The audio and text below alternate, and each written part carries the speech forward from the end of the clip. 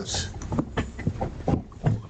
I pledge allegiance to the flag of the United States of America and to the republic for which it stands, one nation, under God, indivisible, with liberty and justice for all. Thank you all.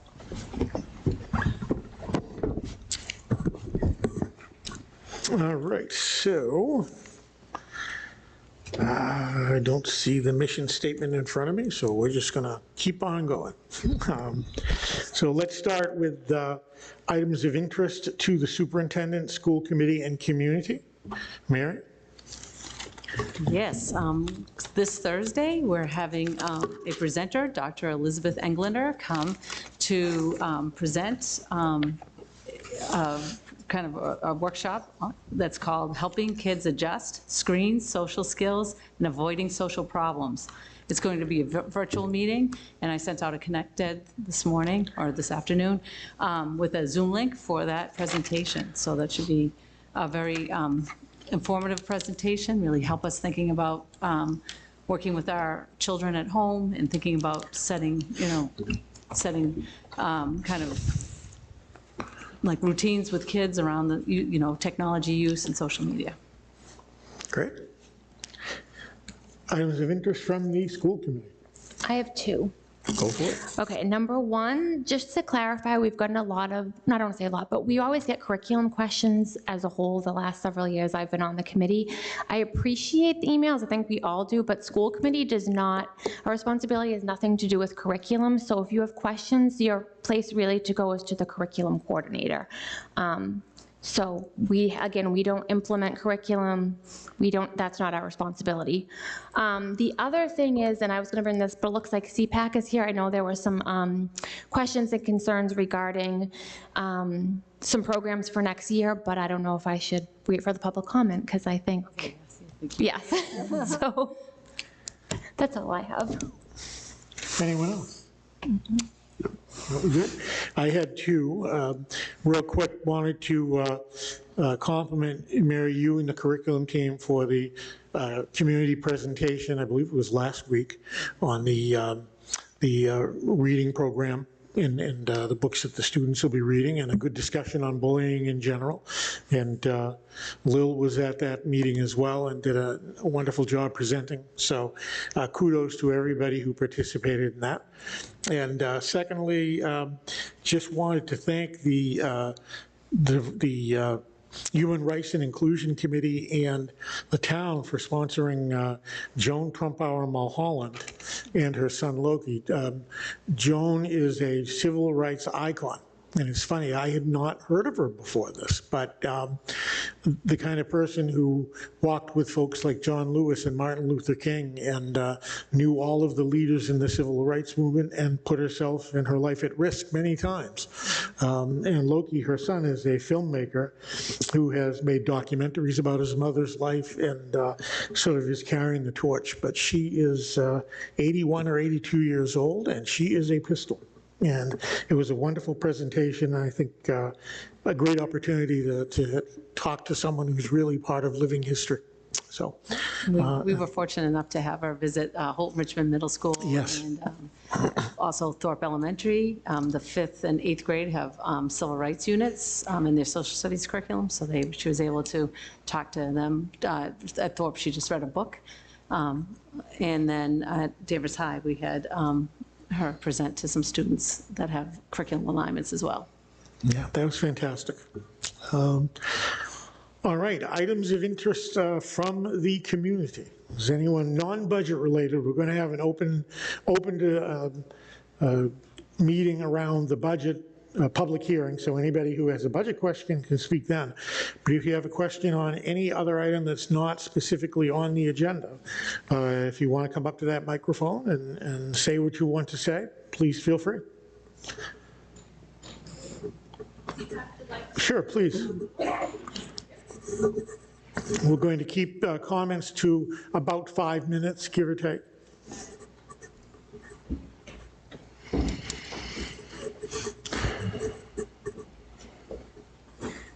Hello. Thank you for coming. So I'm going to ask you just to identify yourself and tell us why you're here. All right, my name's Amanda Balot. I'm a mom of 3 kids from Danvers Public Schools, and I'm with the CPAC, the Special Education Parent Advisory Council. My youngest daughter is a child with disability and also a minority in the community.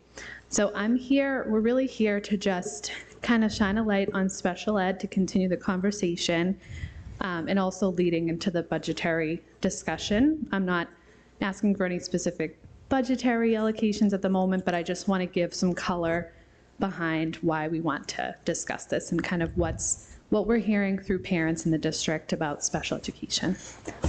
So first want to start with just letting you know we have a close communication with Lynn and our student services, and very thankful that we're able to work on individual, IEP questions and with her and with the schools. But we're seeing some trends across the district that concern us kind of overall. I'm sure you guys have heard some of that. So tonight we're just going to speak to some of those concerns and how they impact us directly. You want to start? Yep. Okay. That's okay. Hi, my name is Susie Soldani. I'm a parent of 3 kids here in Danvers. They all go to Riverside. My oldest is in 4th grade, and he has an autism diagnosis and a severe language impairment. Basically, what we talked about is how we feel as parents, watching the school committee last month. A lot of it was based on out-of-district funding, and the problem is there's a lot that in-district needs. So, for example, my son it clearly states on his IEP that he needs to be in a substantially separate class. His teacher needs to have severe disability qualifications to teach him, and anyone that works with him also needs to be trained in working with kids, not only on the autism spectrum, but also have severe language impairment. And that's definitely not the case. I mean, his teacher is amazing, and she's a lifesaver, but she can't do it all. And the aides in her class, although they are the sweetest people ever, they're not qualified. And it makes more work for her because she's trying to do it all. And it just it doesn't work. The word on the street is, in order to be an aide at the school, you just have to be nice, which of course we all want nice people working with our kids, especially in the special ed classes. But they need way more than that. They need training. They need to understand, specifically my case, kids on the spectrum, kids that have language disabilities, behavior disorders. There's a lot that goes into it, and just a nice person off the street can't fulfill those needs. It's important that the school committee know what goes on day to day, because you guys aren't in the schools, you're not in the classrooms, you don't see the kids, and it's easy to hear people talk about these kids and these services, right? Well, these kids work really hard every day.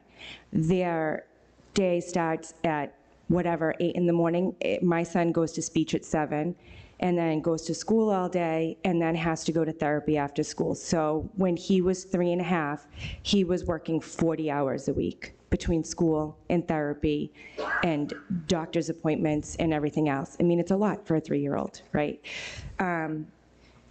Last year, my son, who cannot formulate a complete sentence on his own, was put in full inclusion from September until March. Without notifying my husband or myself. Nobody said anything. His IEP was completely not followed. He had 0 accommodations. He had nothing. Until I was told what was going on, we had no idea.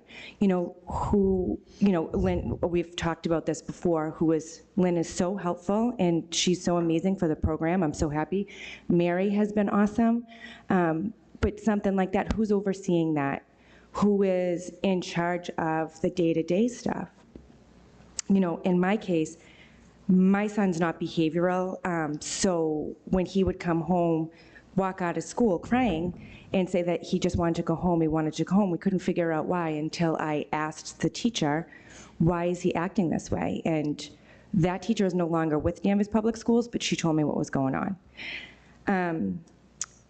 Again, it's, I just have notes because I just wanted it to be a conversation between me as a mom and you all, but it's 1 in 44 kids are diagnosed with autism, right? It's becoming so prevalent and so common, yet general education teachers, most of them are not trained to work with kids that are on the spectrum.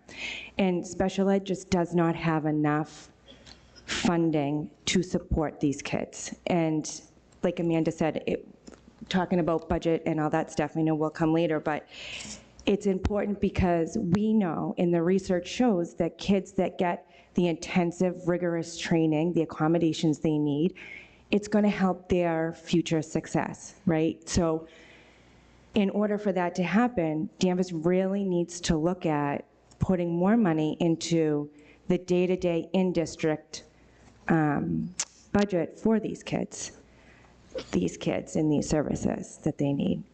And I will leave you all with this. At the end of the day, this is just a job to you guys. It's a job to the teachers in the school. But us as parents, we worry just like every parent worries about their child, okay? Special ed parents, though, worry a little bit more because we know that our kids need our voice to help them. So in order for them to succeed, we're putting our faith in the school that they go to every single day that's going to help them live their lives successfully and independently, because as their parents, we're not always going to be here to be their voice.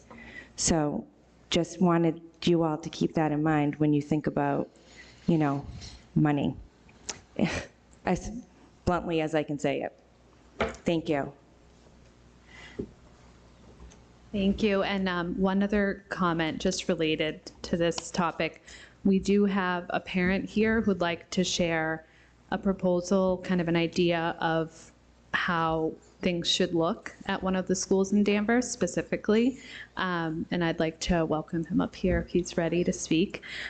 Before he does that, I do want to mention a quote from a parent who couldn't be here, who's reached out. And we've had a lot of parents reach out recently. And they said, while I love inclusion, I want my kids to be in inclusion.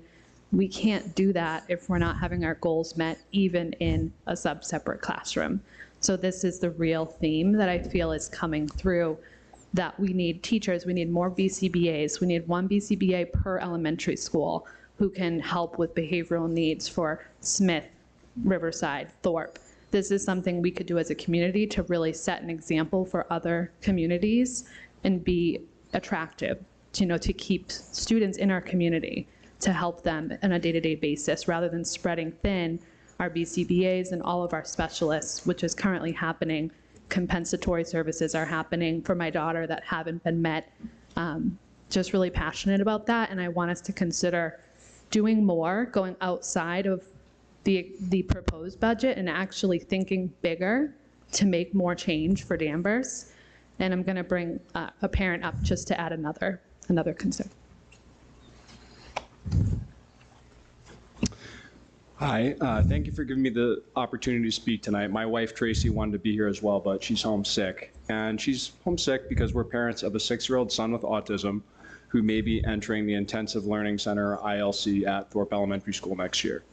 And we wanted to speak to support a greater budget for special education, specifically on strengthening the current programming here in Danvers. We feel that students in learning centers should have appropriate peer cohorts, just like children have in general education. We're concerned for students' social emotional well-being if they're in a learning center with peers who are significantly older or significantly younger than them. Please consider, how would a 5th grade student feel being classmates with a kindergarten student? How would a kindergarten student feel about being in the same class as a 5th grader? This is just something that would not happen in general education. So it should not happen with a population of students who are even more vulnerable. We need to consider the social and emotional well-being of all of our students here in Danvers. And there needs to be equity for all students in our district. If learning centers are broken up by appropriate ages in one school, this should be happening across town. Tracy and I are hoping that the special education budget will support positive changes to the ILC program so that students are grouped in a way that is developmentally appropriate. A kindergarten through grade 2 classroom and a 3rd grade through 5th grade classroom, and that it does not continue to remain a kindergarten through grade 5 classroom. I really appreciate your time. Thank you for letting me speak. Thank you all for your comments. Excuse me. I think we have one more. I'm sorry. Sorry, Jen That's Nikita, okay. Secretary of CPAC. I just wanted to let you know about our upcoming events. Yeah. So we're going to be sending home flyers to all the principals by the end of this week about our annual resource fair, which is going to take place on Thursday, the 23rd at HRMS. And it's we had a bunch of vendors, local vendors come in and explain services that they offer to students with special needs from birth to 22. As well as a basic rights night with the Federation, and it's on understanding the IEP, which is on April 27th, and that's a Zoom. And we're going to send all that information to the principals and on our Danvers CPAC Facebook page as well. Thank you. Thank you. Comments from the committee? Well, thank you all for coming and sharing, giving us some more information. I think there's a couple different, well, several things to think about. We definitely have talked all year that we don't have the necessary resources for special ed, K through 12. That was one of the reasons why last month I brought up reallocating funds, our positions rather. You know, it is concerning to me as an educator and a community member that we're giving these are our most vulnerable learners and they're not getting what they need. Mr. Kelleher brought up a really good point. We would never have a general ed kid in a K through 5 class, like that wouldn't happen. It's not appropriate on so many levels. The other thing I think that we need to think about as a community is that we should be posting for these positions now if we want to get the best person. Posting in August. I know Desi has messed us up with giving everyone and anything an emergency license who has any sort of degree. And I don't agree with that by any means, but with that said is we can set our own and higher expectations in Danvers, but waiting until August 1st, August 15th, that's not gonna work. And I would be fully against if we had a learning center K through 5. Like that is setting any kid in that program up for failure. Yeah, thank you to the families for coming up. I think we can ask 1,000 questions during our meetings, but hearing directly from you is, you know, what we need to continue to hear. I share the same exact sentiments that Robin has. I think you brought up a few things about, you know, the fact that, Susie, your son was placed in a class that you weren't even aware of. You know, like there's just so many cracks in the system, and it blows my mind to sit here, like, who is responsible? Like, it amazes me that no one was responsible for notifying you or having that type of discussion. And yeah, the learning centers, I think, you know, as a parent at Smith, I'm feeling it with my child, and, you know, she's not in a learning center, but I do hear what happens with some of the students, and I do think that we need to figure out funds to give us better qualified teachers, aides, and I think just better resources. And I know, Mary, I don't know if you were going to give us an update on any, but like state budgets or financial budgets that were coming in that we didn't know about from last month, and I will probably wait for that to come in the agenda, but it would be interesting to hear if there's any additional funds that we can get from the state to address some of it. Yeah, no, I share the same feelings here. I think you did a great job, you know, advocating for kids and bringing it to our attention. I think, you know, I have friends with kids with special needs, and they have to be really good advocates for their kids because nobody else will advocate for them, right? So, so I commend you for doing that.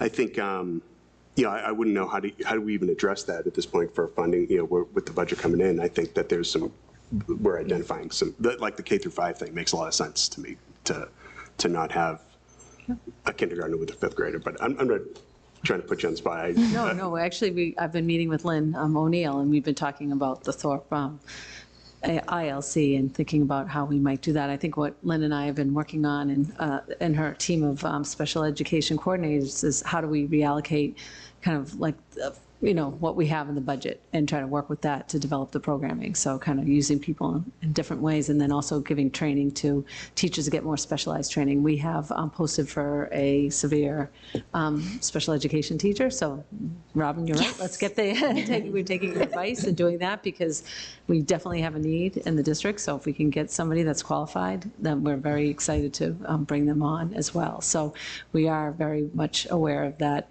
I think that we found last year finding qualified candidates, or we'd have somebody that was a qualified and specialized teacher, only to find out a month later maybe that they got a better offer at another school district and they left our district to do that. So we were lucky. We were able to hire a qualified BCBA, very qualified BCBA at the, close to, right down to the wire. I think around at Labor Day weekend, we were hiring her. So we were excited about that. But yeah. I mean, I think you remember we can get into it in the budget part, but like when what's not in the budget, and some of that programming is not what's not in our budget.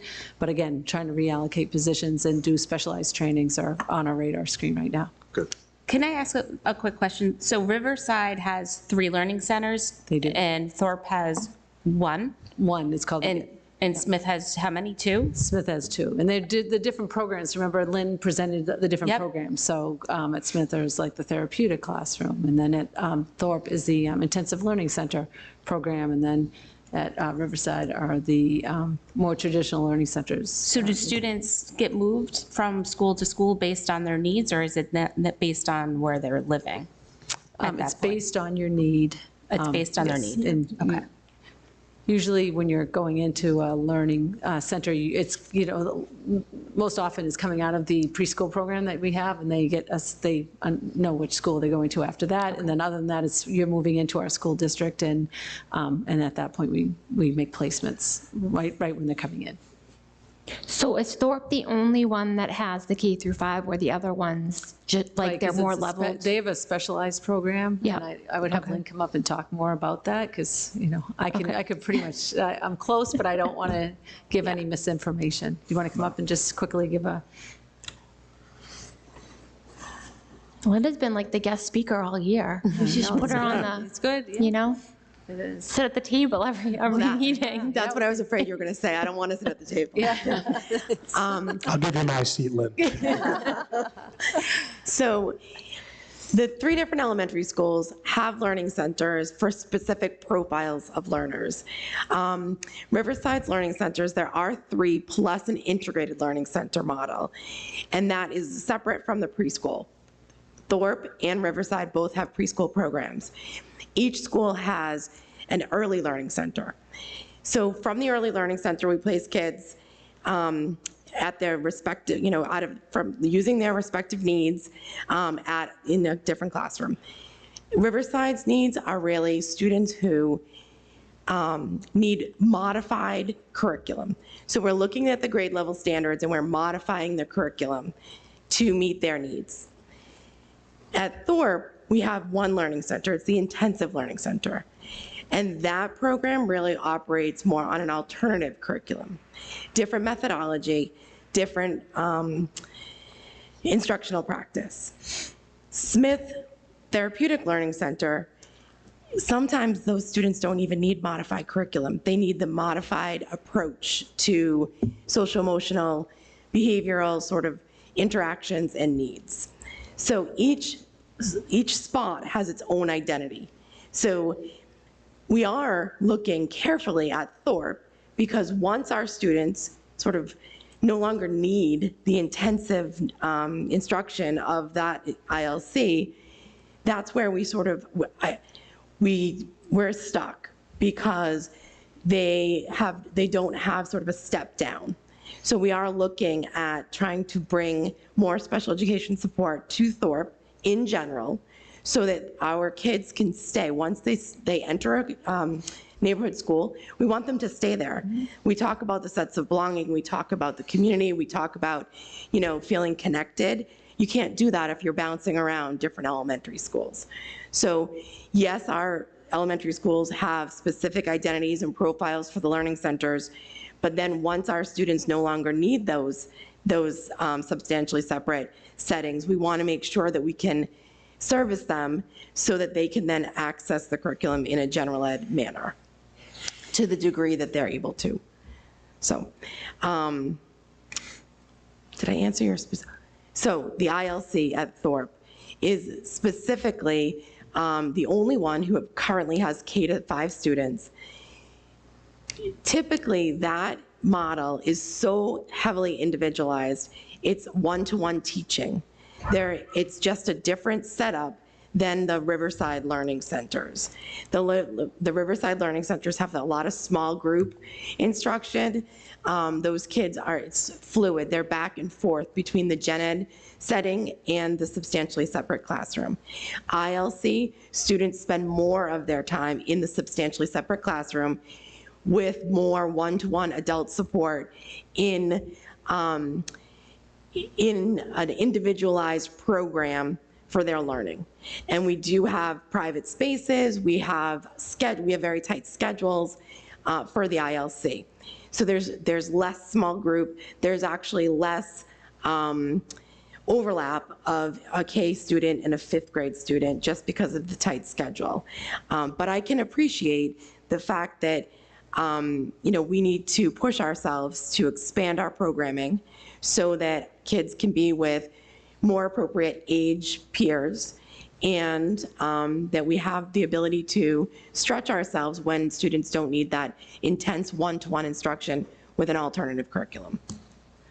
So if it's K-5 in Thorpe, you could technically, as a teacher, have 6 different grade levels. So you're planning 6 lessons every day for every single subject. So that's the difference. The lessons are so individualized, and we use the ACE curriculum so that really, once you build their program books into ACE, then it's a very, I don't want to use fluid again, but fluid instructional model, so that we use the data collection through ACE. We're not planning a lesson on, a sort of a topic or a theme using the grade curriculum standards necessarily. We're using the standards as a guide, but then we are really focusing on discrete skills, and we use the ACE curriculum to do that. Okay. Is it likely that we'll be able to separate the program next year? I'm very hopeful. Okay. So it probably also depends on Saturday. It probably depends on Saturday and town meeting. So, I mean, is it appropriate for some of these special ed parents or any parent to maybe contact their precinct town meeting member? They could, or their parents- select board? Parents who are interested could come to the Finance Committee presentation to the selectmen on, our presentation to the selectmen on Saturday, or to the Finance Committee presentation when we present to the Finance Committee. But I would just make it as aware as you can, because I mean, we unfortunately don't get to, I think we all agree, we don't get to vote on the budget, we just have to really fight for it, but at the end of the day, it's town meeting. They get to, Town meeting will pass. yeah, they'll pass it. So I would look up whoever your town meeting members are in your precinct and also, advocate that way too. So Not that we aren't. But I also just did want to respond to the issues that Susie brought up around communication, around transparency, around being thoughtful with planning. So as soon as all of those issues were brought to the attention of me last year, we really worked through those pieces. We made some changes.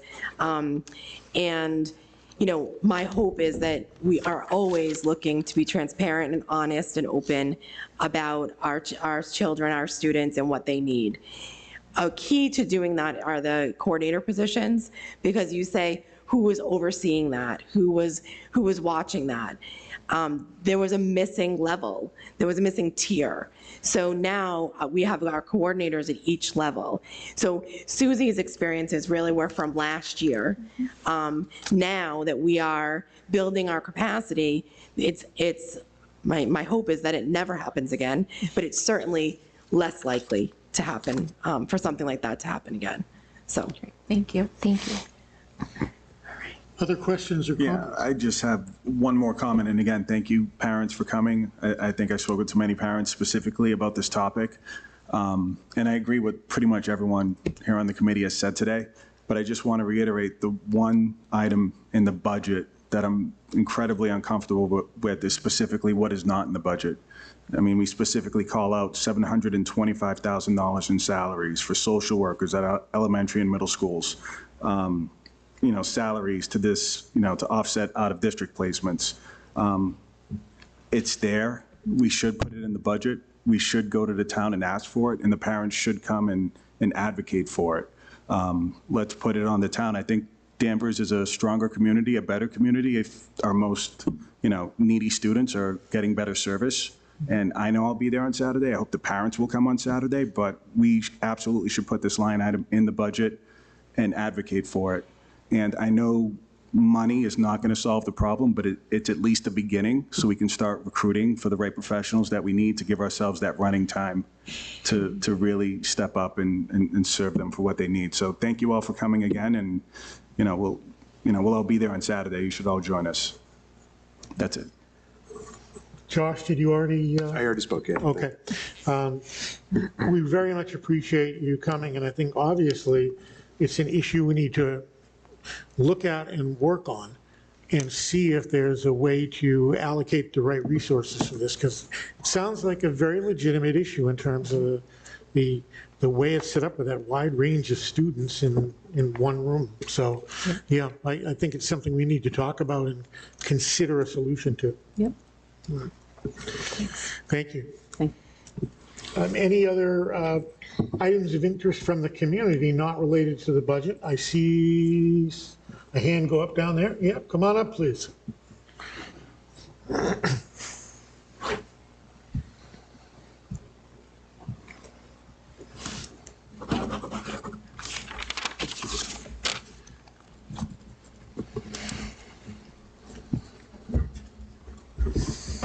Hi, everybody. Guy Norio. I have 2 children in the school district, and I'm here tonight to talk about what we got to experience last week. I'm going to ask you if you can speak a little closer. Oh, sorry, I didn't know if I was Thank too you. loud. Thank you. Last week, when we had the book reviews, and I know it was brought up that you guys really don't get involved with the curriculum, but after I speak tonight, maybe you will. This is very important to me, and I hope it's important to a lot of the parents that are out here today. So I received the books on email, what books were coming in for the elementary schools, and I read all of them, as I do all the time. And one book stood out to me that was wildly inappropriate, okay? And I came to the presentation, which was great. Everyone involved did an awesome job. And when I went to go ask some questions, that was the only book that wasn't up on this stage. So I asked several people, the administration, the diversity and equity director, I spoke to her, great woman. She had no idea what I was talking about. Nobody had any idea what was in the book, why it was on the list, what was in it. And when I brought it up, the book is called, excuse me here, the book is called No Voice Too Small. It's 14 small poems about being a good young activist. Okay? Now, 3rd, 4th, and 5th graders at Highlands, I mean, they have a hard time figuring out the 10-second drop-off for school in the morning. Now we're talking about how to be a good activist. So I read this book, and one of the poems, there were some that were totally fine. One of the poems spoke about a young American Indian girl that was focused on being an activist about sexual assault. That right there, I had to stop, and I had to come down and talk to somebody about that. That term, when it's spoken at 3rd, 4th, and 5th grade level, What happens if a child raises their hand and says, "What's that?" How does the teacher respond? Do they respond? Is there a protocol? What's the right thing, wrong thing to say? Is it subjective? Yeah, that poem, teachers have a guide that, up for all the books, a discussion guide, and poem was not allowed to be read out loud. That was Okay. not one of the poems that was chosen from that book to be read to students. And Okay. the book is not available for students to look at afterwards, like the teacher uses it. Okay, so that book is still allowed to be in the school, to be read to the students, not that poem? Not that poem. 'Cause I've read it- There's only like a couple of poems selected out of that book to be read. Okay, so I guess the question is, and thank you for that clarification, and now everyone knows about it. I'm sure Yeah. some people are outraged, maybe you got some emails on it. Why is the book still allowed in the school if there is some question about the appropriateness and the age appropriateness of that? That's really why I'm here today. And I know, again, you guys don't do anything with curriculum. Maybe you should start dabbling in the books, because this has everything to do with the Danvers Public School system, the curriculum. It's all about the curriculum. And you know me, I've come up and I've spoke about how we're losing children. And we're down 28, 29% in the high school over the last 7, 8 years, and dropping. We went from Division 3 down to Division 4, soon to be Division 5. Nope, not accurate. So I want information, okay? Adam and I have spoke at length. I want information. I need to be educated on this stuff. If I'm wrong, I'll happily say, hey, I'm wrong. But there needs to be some transparency here. I want to help. I want to get involved. I want to make sure our children are being educated. Okay? Thank you for coming out and saying that that poem would not be read. Makes a lot of the stuff that I have to say obsolete now, which is good. I'm glad. So I guess as a parent, I'd like to see more parents come out and talk about this stuff. What's appropriate? What is age appropriate for elementary school children? I don't have the answer to that. I can only speak of my beliefs. But I think as the school committee, it's time to get involved in some of these topics that are taking up a lot of time, and that's clearly important to Danvers. And if it's going to be important to everybody, people should read the books. People should get involved. What's good, what's not good. And the fact that it's still going to be in the school, I think that's a problem. Okay? I don't know if everything's going to be, marked out, so, God forbid, a child gets their hands on that book. Okay? So that's all I had. I'd love for your direction. I would love to hear from you offline, have conversation about things. I just want to be more educated and have more transparency. So thank you for your time. Thank you. Comments from the committee? I mean, I think it's important to hear from parents, regarding this topic. I will echo what Robin said. Like, I think having conversations with Julie or even Mary in this instance, when you do have questions about a book or something that is part of the curriculum, is very important as a parent to make sure that you do agree or that you do understand what is happening in the classroom. I know I spoke at lengths regarding some of the training that teachers went through to help them feel supported in addressing some of those questions that could be asked in those types of settings. So yeah, I mean, I think we should just keep encouraging this type of dialogue and this type of conversation to happen. Anyone else? No comments? Yeah, look, I have faith in the folks that we hire to decide on the curriculum. I have faith in Mary's curriculum team. Both the state and federal governments have basically said we have to do all that we can to make all students feel welcome and inclusive. It's part of our charge. And I think great care is taken in terms of what materials will be presented to the children. I recognize as parents you have concerns with your own children. I think it's important that you find ways to have conversations with us and with your children about things in the world as it is.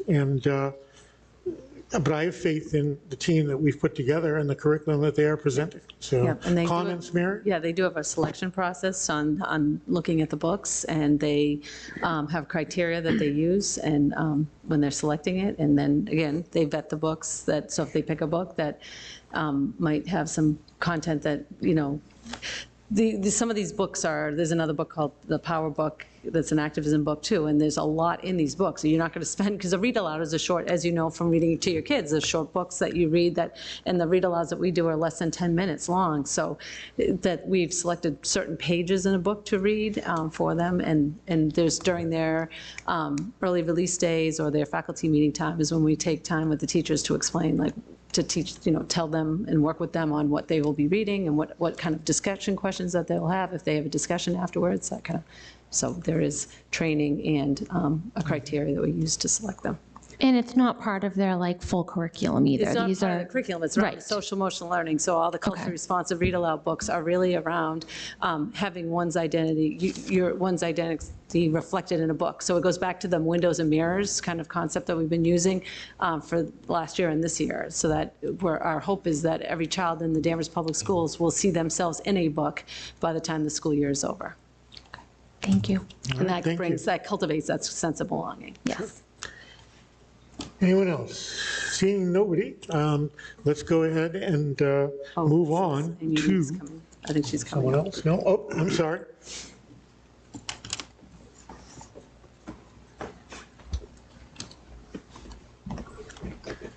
Good evening. Amy Weeks. I wanted to thank Guy for his comments, and I just wanted to say a few things in regards to that. I too have attended a lot of the curriculum nights, and I think it's amazing what the schools have put together for parents. And I know that Julie has taken a lot of feedback from parents and has made some of those decisions because of that. So I think that's wonderful, and I think parents are very grateful for that. But one of the comments that Guy said was, at our last meeting, one of the most controversial books was not available for parents. This is not the first time that's happened. And some of these meetings where parents would want to have an open dialogue, a lot of people are coming from good places, are put in very intimidating situations where they can't have an open dialogue. Comments made by administration or the people present at tables. And it's really important, and a lot of these books that are being discussed are wonderful. And I agree, Mary, I think, yeah, every kid should feel included in school. Every kid. That's important. But at the same time, we're not always going to get all of that right the first time. And as a parent, I think a lot of people want to have their voices heard through that process. And there are some really heavy topics. And there are some really heavy topics for whatever reason parents are uncomfortable with. And I know that's it's one of the things they say when we go to all of these events. You're going to be uncomfortable. I'm fine with being uncomfortable, but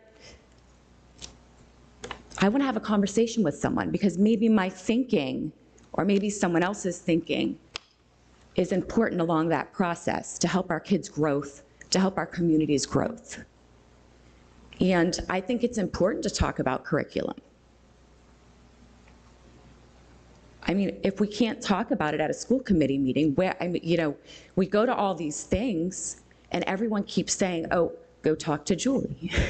And now we're bombarding this one person who's in charge of the whole district with making those decisions. That's not fair to her either. So I would love to see something happen that can bring the community together to talk about these books, like Guy is saying, because there's some really heavy topics. There's some wonderful topics, and things should be celebrated. Those things should be celebrated. But as a parent, if there are things that I'm worried about with my child experiencing, that should also be discussed in a way that we can come together as a community and have some type of compromise. And at the last meeting, it was kind of toyed around with the idea of maybe having some other type of workshop and have breakout rooms where, and I know that's an intimidating idea, let's let parents talk, that's the angry people too. That's not always a good thing. But maybe if you can have small groups and, I encourage parents who are willing to go and talk, come with a kind heart. Your voice will be heard with a kind heart. There are people suffering on both sides of these stories. And let the people be heard, because a lot of these events, they're presented to parents as a Q&A, and then there's no opportunity for Q&A. And then the form in which it's set up is very intimidating, and it muffles people's voices, even the good ones. So I wanted to speak about that, and I had no plans of speaking before, but thank you, Guy, for what you said. If you want to build a community, that's the way you build a community. You talk about the hard stuff too. Thank you. So Mary, can this feedback to whoever needs to hear this feedback in terms of just the environment not feeling safe or inclusive for parents? Because I'm sure that's defeating the purpose of why they're holding them, right? So, and following up with Amy specifically on what, potential changes, or if there was specific instances that, didn't allow that type of dialogue to happen. One of the nights she was referring to is the first one we did, so that's why we changed it to, being in the auditorium and having people give their perspectives on it, and not per se, like doing the lessons per se. We felt like not a lot of people were engaging in doing the lesson, and that they weren't really interested in learning about what SEL lessons we were doing tied to the books, but more it was about the books. So then we brought the format in here, and then at the end of the night, on Monday, a week ago Monday, we had the books laid out for people, and then Julie and the elementary curriculum team was around to answer questions. And I think that was parents' favorite part of the night, like coming up. But we also want to hear from the people whose identity that we are representing in these books, and that's what that's the purpose of because I think once you start to learn and hear people's story, that broadens your And I loved the student that was brave enough to speak was so amazing. And I mean, it took a lot of courage, and I think that's important to be seen too. So I think those things were wonderful. Thank you. Thanks. All right. Okay, thank you. Thank you. Anyone else? No. Okay, let's move on to information from the student representatives, or in this case, Representative Reese. Hi, everyone. Good, how are you? So my first update I have is DECA. So we had 19 state champion projects this past weekend, representing 43 students who are moving on to nationals, or what the students call natties, which is located in Orlando, Florida this year. I think last year, correct me if I'm wrong, was Atlanta, Georgia. Correct. So very exciting for them. Our Winter Guard team, which is color guard that takes place in the winter, earned first place at the NESBA competition in New Hampshire, I think also this past weekend. And NESBA stands for New England Scholastic Band Association. And a bunch of different Winter Guard / color guard groups come and compete. And this is also our Winter Guard's first place in a row, so very exciting for them. Our ninth grade class and multiple sophomore, junior, and seniors also went on a field trip to North Shore Music Theater to watch Romeo and Juliet. I went on the field trip too. It was great. COVID kind of didn't allow me to experience the Romeo and Juliet unit, and I love that story, so it was nice being able to see it out on stage. Spring sports begin next week, but there's still time to sign up. So if you're interested, not that this is aimed at you guys, but out in the community, if you're a child or if you're a student watching this, we encourage you all to sign up because there is still time. and the more the merrier. I'm not a sports person. I stick with the theater and music side of everything, so I can't really speak much about this, but the sports community is such like a big part of the community at Danvers High School, and it's one of like, keeps our community going, because there's just so much and you meet so many people. DHS Acts, our theater company, is putting on a spring play called Lovesick, and we actually had auditions earlier today in this room. And Lovesick is described as a collection of 9 slightly twisted and completely hilarious short plays set on a Friday night in an alternate suburban reality. This 80-minute show explores the pain and the joy that comes with being in love. And our final update is the entire 8th grade visited the school last week, and students were able to see the building and watched the DHS hype video that Miss O'Neill's TV production class created. They got to sit in on classes and be exposed to different courses you can take, extracurriculars. We had a class come into my AP Government and Politics class, and they got to see what we were doing. I had a couple kids come into my chamber singers class, which is one of the chorus classes here at Danvers, and they got to be exposed and see what it's like to be like in classes on a high school level. So it was fun seeing familiar faces that were freaked out, because I'm very overwhelmed by high school, and I don't blame them. But yeah, it's all my updates. And if I could just give special praise to Assistant Principal Carrie LeBlanc, who organized the tours. She polled every 8th grader for their kind of classes they might be interested in, and then matched them up on their tour so they could actually sit on a class of their choice. So it was that's something new that we're doing this year. And I just want to thank her for that. She's put a lot of time and effort into our transition work with the 8th grade. Thank you, Reese. Thank you. All right, moving on to information from the superintendent. Okay, I have 2 items tonight. The first one, they both involve Jim Sullivan, our technology director. So. Thank you, Reese. Now go do homework.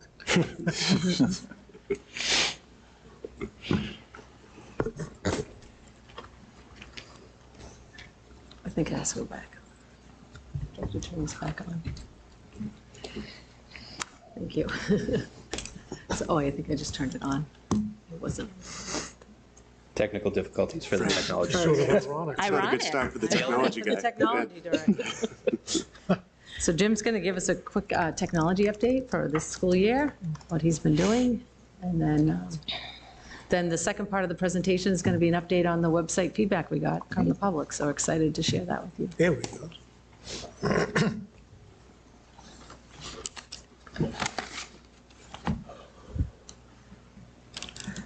Cool. That looks better. Thanks, Betsy. Good evening, everyone. Jim Sullivan, Director of Technology. Thanks for having me this evening. I'm willing to talk for about 3 or 4 hours about this update if you'd like. I'm going to try and keep it to maybe 15 minutes max. Hopefully you're okay with that. But I just wanted to give you some updates. I think it was actually about a year ago that I was here last, and I wanted to sort of build on some of the updates on the technology that we have in our schools and some of the projects that we've done and what we're looking at moving forward into this next school year as well. So just a quick reminder, the reason why I'm here, the reason why my team is here is the school department has a technology department in order to support teaching and learning. We're here for the teachers, we're here for the students, and to help put the right tools in their hands to be successful and to grow, and also to make sure that we put care into this the safety and security systems that are in place here in our schools, and make sure that safety and security is the priority first and foremost in all of our schools. We work very closely with the town, the municipal IT department, Danvers IT. Colby Cousins is my counterpart at the town. He's the town IT director, and him and his team is a great resource for us. They focus on the sort of the things in the walls and behind the scenes, in terms of the switches and the infrastructure. And he's also been spearheading the cybersecurity initiatives that we've been working very closely with to align with the town. And they help us, they're our call to support when we need it in the event of, server outages or network outages, and we appreciate the collaboration that, that we have with them. Also a reminder, that in Danvers we take student data privacy or student privacy very seriously. One of the things that we're proud to be a member of the Student Data Privacy Alliance here in Massachusetts, which also has a national partner as well. So we work with all of our software vendors that we bring online to make sure that we put a student data privacy agreement in place to make sure that we protect any of the student data that's in any of our systems. So with that being said, those agreements are very long and they're very, they have a lot of legalese in them, but part of the benefit of having, being a member of the Alliance is that we work with the Alliance's team and the Alliance's attorneys, and they're actually the middleman between us and the vendor, in order to make sure that we have a comprehensive agreement to protect those data, protect the student data, and in the event that we end our services or agreements with them, what happens to that data, that it's destroyed, and confirming that, all of the important things are done as part of that. As you already know, we're very proud that we have a one-to-one Chromebook initiative for grades K through 12. Some of the updates that are noteworthy this year with that program, we do have a new insurance vendor. For repairs and for accidental damage. We did have some issues last year towards the end of the year where we had a lot of breakage, and devices with the previous vendor were coming back and they weren't in the best shape. So we did switch vendors this year. We're using a company called IT Savvy that's out in the Midwest. We have a great collaboration with them. We do try to make repairs in-house first if we can. If it's something that's a little more significant or takes a little more time, then we do ship it out to the vendor. And we always give the students a loaner device in the meantime, so that they still have something that they can use. We do have a stack of loaners available at each school, so that we don't leave a student without a device or a teacher, really for any length of time. But we are excited that this year we were able to sign a new lease, but also deploy new Chromebooks to grades 5 through 8. We've had a lot of issues in the past with the devices that we had at particularly at the middle school. There was a lot of device defects that we had issues with, and between that and some of the accidental damage that was happening, we actually, over the 4 years of those devices, we ended up starting to run short, and we were moving devices all around the district to accommodate that. But we've had, the feedback has been really good with the new devices that we have. All of the students got a 11-inch device that is a 2-in-1, so it's actually, it's a convertible device that will fold back, and they can use their finger, touch screen as well. And then we were at the middle school. We also gave the staff a 14-inch Chromebook with a little bit of a bigger screen that they can use to bring, whether they need to bring it home or where, throughout the building, wherever they need to work from. So the success, or the feedback has been mostly positive, which is great. And we also this year, when we handed out the new student Chromebooks, we did also buy a shell, to help try and protect and minimize the accidental damage. So hopefully believe that the repairs have gone down, the number of repairs, and we're actually going to do more of a comparison at the end of the year just to do a deeper dive into that as well. Some of the major updates that we did this year in terms of technology, district-wide, we did actually put in new internet circuits as part of our federal funding through E-rate. We get approximately a 50% discount on our services, but as part of that, every 3 years we have to go out to bid. It really works in our advantage, which was great because we ended up through the process staying with the same vendor, but we were able to get new, faster internet circuits for our schools, and actually the town is able to utilize some of that service as well. As part of the collaboration with Colby and his team, we're actually able to set those circuits up so that in the event that the internet goes down on one of them, we can actually, fail everybody over to the other circuit and continue to work, which is great. So we have a little more redundancy in our network now, and we're trying to minimize the downtime because everybody's on their devices all the time now, so we're trying to keep everything up and running. This year, we also deployed more of the Clear Touch boards, which are the interactive touch displays. We've been phasing out the old smart boards at the elementary level and the middle school level because they're either they're not functioning, or just because of the age, they're not fully functional anymore. And we've been replacing them with a more of a flexible learning environment for their classrooms. So we had already deployed grades 3 and 4, and actually the entire Smith School, as part of the building project, moved to this model. But we did finish outfitting grade 5 district-wide, and we also provide those teachers with a MacBook or a laptop as well, so that they have really a full flexible environment in their classroom. There's no really the fixed teaching wall, and now the teachers can really move their technology wherever they need to in order to teach with it. We also started to deploy some of the ClearTouch boards at the middle school. This was sort of our pilot year for that, and we were working very closely with the math department. So we deployed 9 of them to all of the math teachers at the middle school, which, with feedback from the middle school administration, it worked out well to do it, by department, so that as these teachers plan with each other, that they can also plan using these devices as well to bring a little more consistency. We already talked about the new Chromebooks as well at the middle school, which has been great. At the high school, we were able to replace a lot of the classroom projectors, particularly on the first floor is where we started. The smart boards at the high school are actually newer and in much better shape, so we haven't started the any type of ClearTouch or alternative program for interactive displays yet, but we'll be having conversations with Mr. Federico and Mr. DeMaro and the rest of the high school team at some point as well, to look at what our options are and what a deployment would look like at the the high school, if that's something we want to do.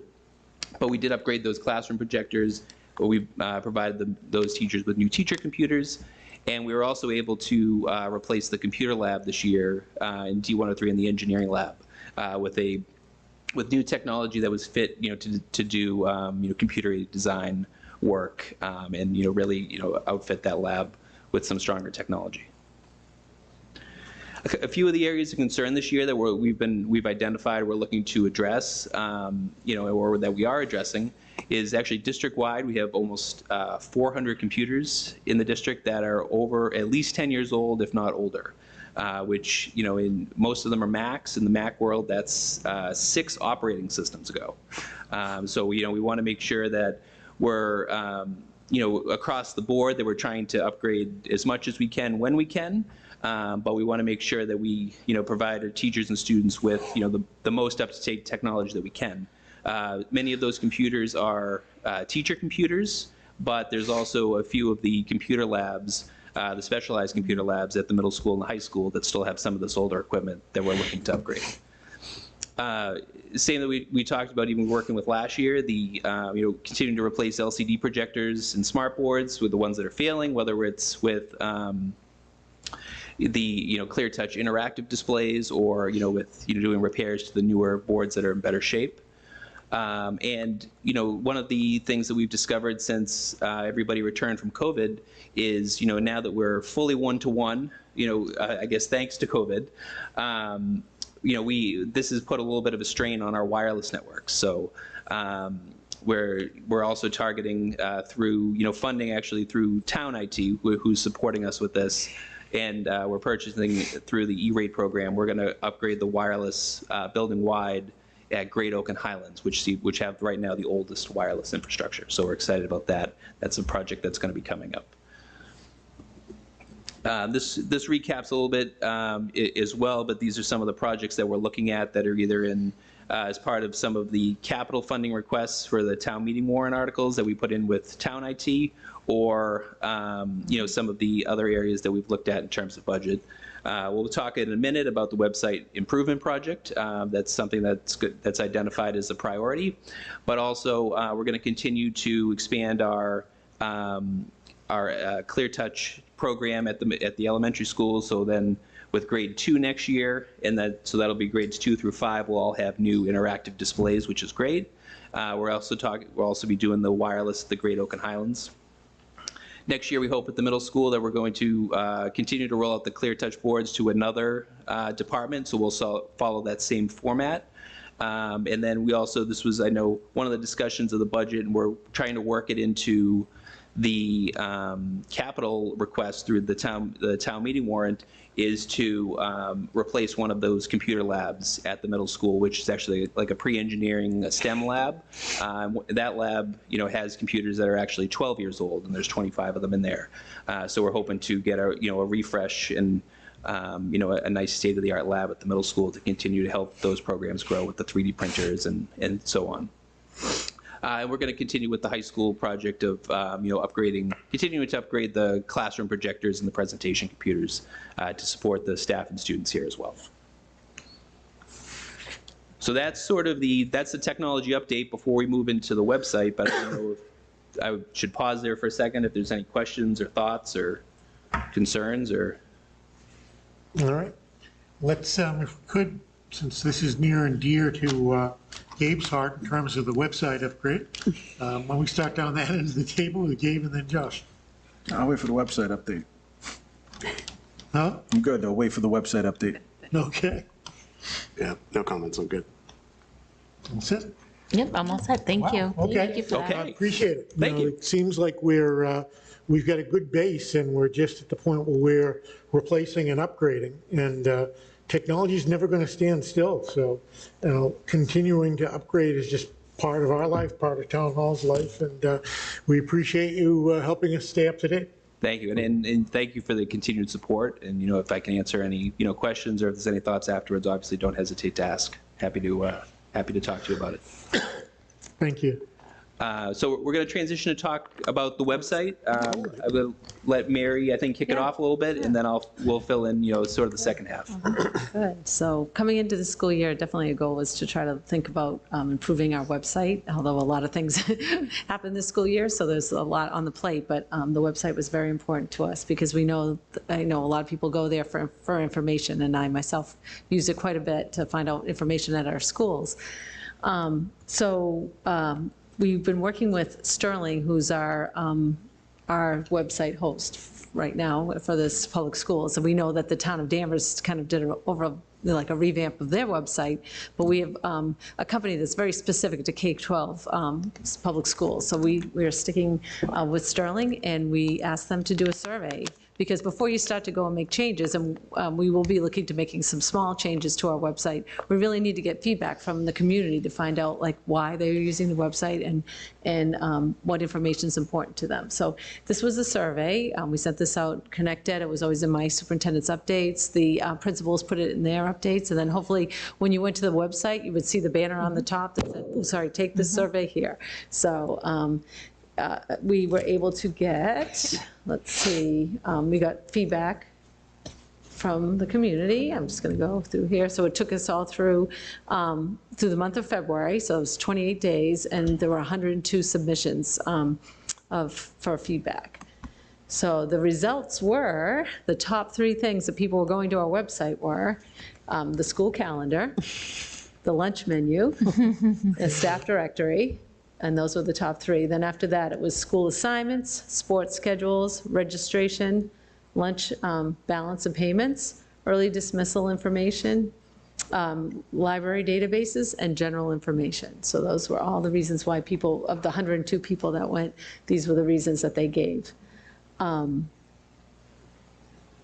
I think that, this is, these are the important things. I wanted to say that Emily Cook from the Lunch Food Services Division launched a new website, her social media on Facebook and I think Twitter, and she really has been, more active in getting the menus out that way. So hopefully families, if they were having a hard time finding this on our website, that they can go to the social media pages. So I did definitely advertise that when Emily started, and I ran it for the 2 of my updates, but I'll continue to just keep that in the updates so that everyone knows how to find her on social media as well.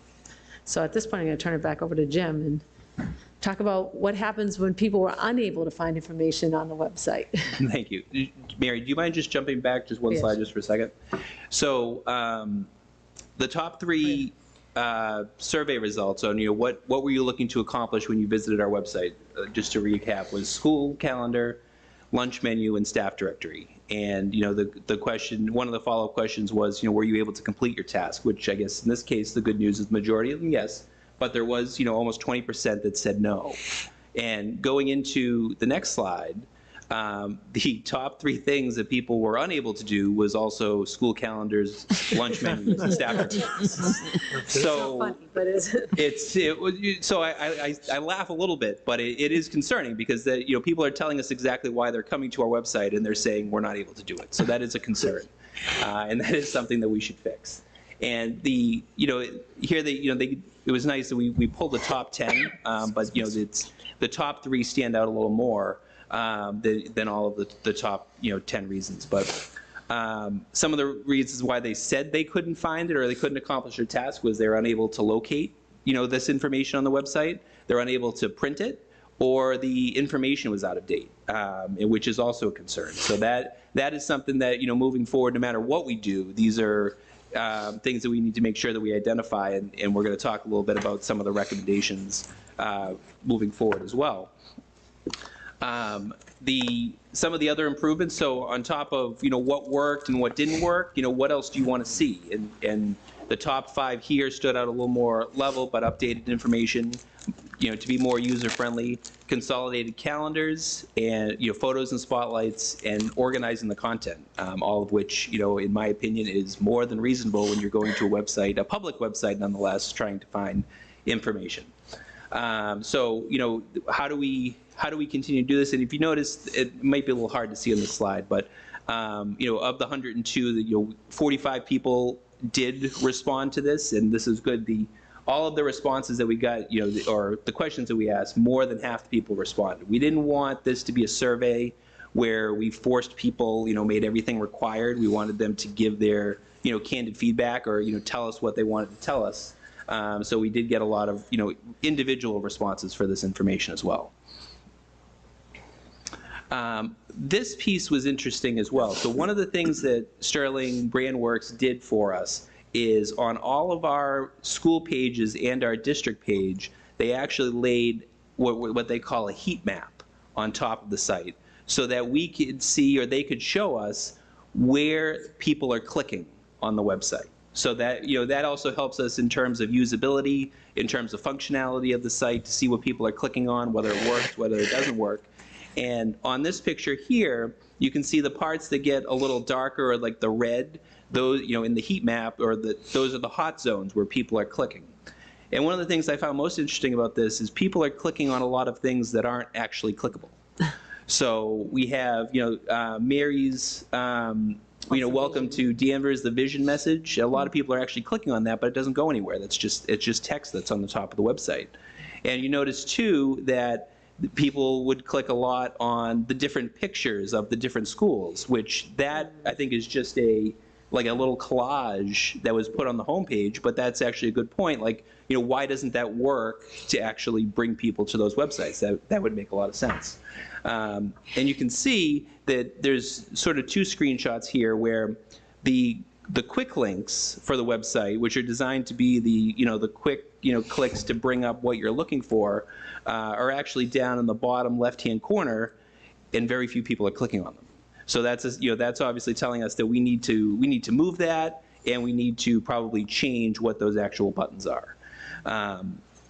But the best thing about this survey is that it gave us a lot of detail on what people are doing and where they want to go and what they want to see as part of this. Yeah. This will help us really think about our format and layout of our website as we look at these heat maps. So this is one other, just more as a reference, one of the other pieces that we pulled in terms of data is we also pulled the analytics off the website, and this is something that we have had running, the entirety of the website, but we pulled just this specific last month as we pulled the survey to see what people were looking for. And it lines up a lot with what people are telling us. It's the homepage is looking at athletics and registration, job postings and personnel, the school calendars are all here, and the staff directory are part of that top 10. So what we're looking at, based on this data and, these coming up, or this information coming up here, these are our thoughts on where we want to go with our website, but we also want to get some feedback from the committee as well on some of your thoughts, and if there's anything else that maybe you've heard from the community that wasn't reflected in the survey. But first and foremost is we need to simplify this website. When you look at the menus, the menu bars open up and they take up almost the whole page, and there's a lot of text. There's 20, 30, 40 options, and we need to find ways to simplify this. Make it easier to know where you want to go, but also not provide too many options, because people want to pull this up on their phone, they want to look at it real quick, they want to find their information, and they want to move on with their day. So we're looking at updating the menu structures, the site map, and redesigning these quick links, because it's obvious that these quick links are not helpful when they're at the bottom of the website and very few people are clicking on them.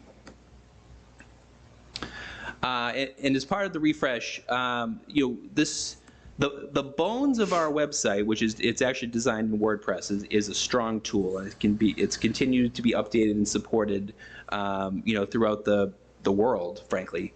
But we do need a new look and feel as part of this, and I think our website was state of the art when it was released 10 to 12 years ago, but a lot has changed in technology and design and user communications. Everybody used to visit it on, a computer. Now most people view it on their cell phone or on their tablet. Whatever the easiest way to get the information is, that's what they want to do.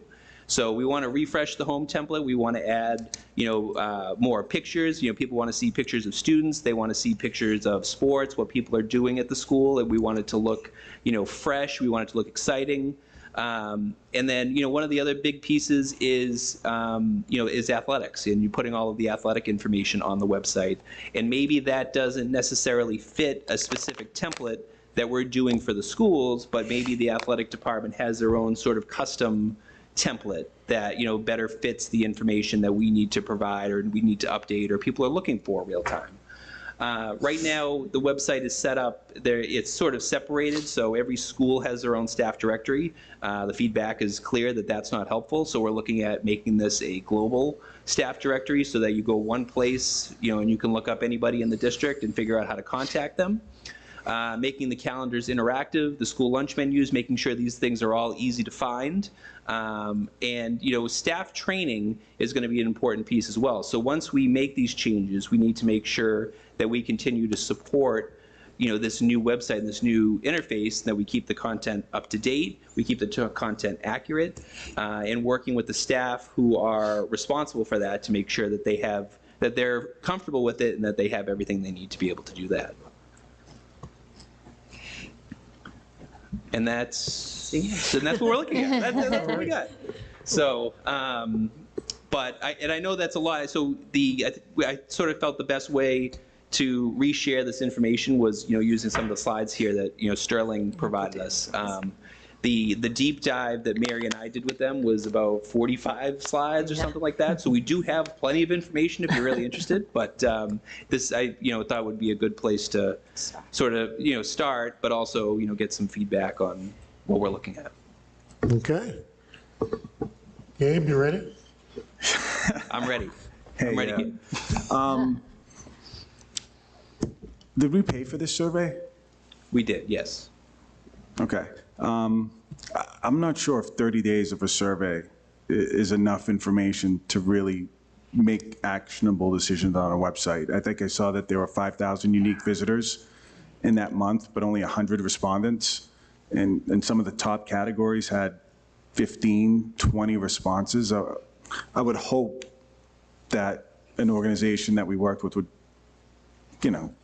at least create a minimum baseline of a couple hundred respondents so we can have better responses from the community. It's really hard to make decisions based on not even 24 respondents on some of those top categories. That was pretty disappointing to look at. The other component of this is I think the original driver of refreshing the website was taking a look at, Danvers High School and the challenges that we're facing with Essex Tech. Some of the things that I think, I don't know if any of the questions, I think I saw some of the responses about, clicking on the pictures were insightful. I think the heat map was probably the most insightful part of it because people do want to know what's going on inside the schools. I think our website should be about amplifying the achievements and the story behind what's happening in Danvers Public Schools. The website is old. It's basically a glorified directory. That's all it is. There's a lot of text. There's no imagery. There's no stories. There's nothing really dynamic about it. You know, my end state with our website, again, it really all started with Essex Tech as looking at that. And granted, there are a ton of bad-looking community websites with terrible school websites. I see all of that. But I think the driving force behind this was, how can we keep students in Danvers? What's the story that we can tell through our website? How can prospective students find out what's happening in the middle school? What are the achievements of the high school? Like, I love the card that Mr. Federico created and sent out. Like, would love to see some kind of dynamic content like that built into the website. As a whole, I think it's a good start, but the notion that you were charged for a survey where, 100 people responded, I would go back and ask for more. To me, it doesn't say enough, but I think from where I'm sitting, the benchmark is Essex Tech. The most important section is middle school and high school in regards to what we're doing in amplifying student stories. More student-led content curated by teachers. What are the programs? Where are our alumni going? How do we bring people back together? And I'm not a website designer, but just from my perspective, those are the types of things that I wanted to see. And that's it. I think it's a great start, but it's unfortunate they chose to do a survey on the shortest month of the year and really thought that ranking and response was anything of value. I honestly don't think it was. We did try to cast as big of a net as we could. We had them out in the email out in the superintendent's updates. We worked with our social media person to get them all out on social media as well. So of each week there was something that went out about it. In one of the different venues, whether it was email, the social media, all the different platforms, and the buttons on our website. So I guess it is unfortunate we didn't get more people. We for what it's worth, we did try to get it out as best we could. Oh, I have no doubt. I just wish they had done at least like a quarter of the year, 3 months, 4 months or something, to really get some information and insight. But I also think there's a component of, the survey can only do so much, but getting some real experts to, not that they're not real experts, but someone who can really talk about how can we get our school website to point at the community and get them to look inside of the schools, and bring that out. That's the kind of thinking that I would hope for. And I would hope that's where we're going. Yeah, and what's interesting, what you're bringing up is when I went to look at public relations consultants, and I interviewed a couple of them, that was kind of the key, is that you have someone like that helping you tell the story, and that your website is the vehicle or the platform where you do it from. But we really do need to have kind of an insightful person kind of guiding us. I mean, I think we can do it on our own. Right now we're understaffed, and that's why we're having, the website is just kind of being maintained right now. But I think that, your point is well taken, is that we really need to use our website for a platform way more than just finding school calendars and lunch menus. Exactly. Thank you. Good. Maybe I missed it. Well, I have two questions. One question, one comment. But what's the timing in the proposed refresh? Do we have that? It's not it's not necessarily an overnight process, but this is something that we wanted to start almost immediately going into this next school year. That we want to get started working. We want to start. We really start gathering information now, like if we can get, start getting new photos, new videos, new things, the new content, because we need to start, frankly, taking down some of the old content or the old links, and get that moving whilst, excuse me, whilst, Sterling or whomever starts to build this new template, to be able to sort of drop that in so that we can, then continue to feed the content.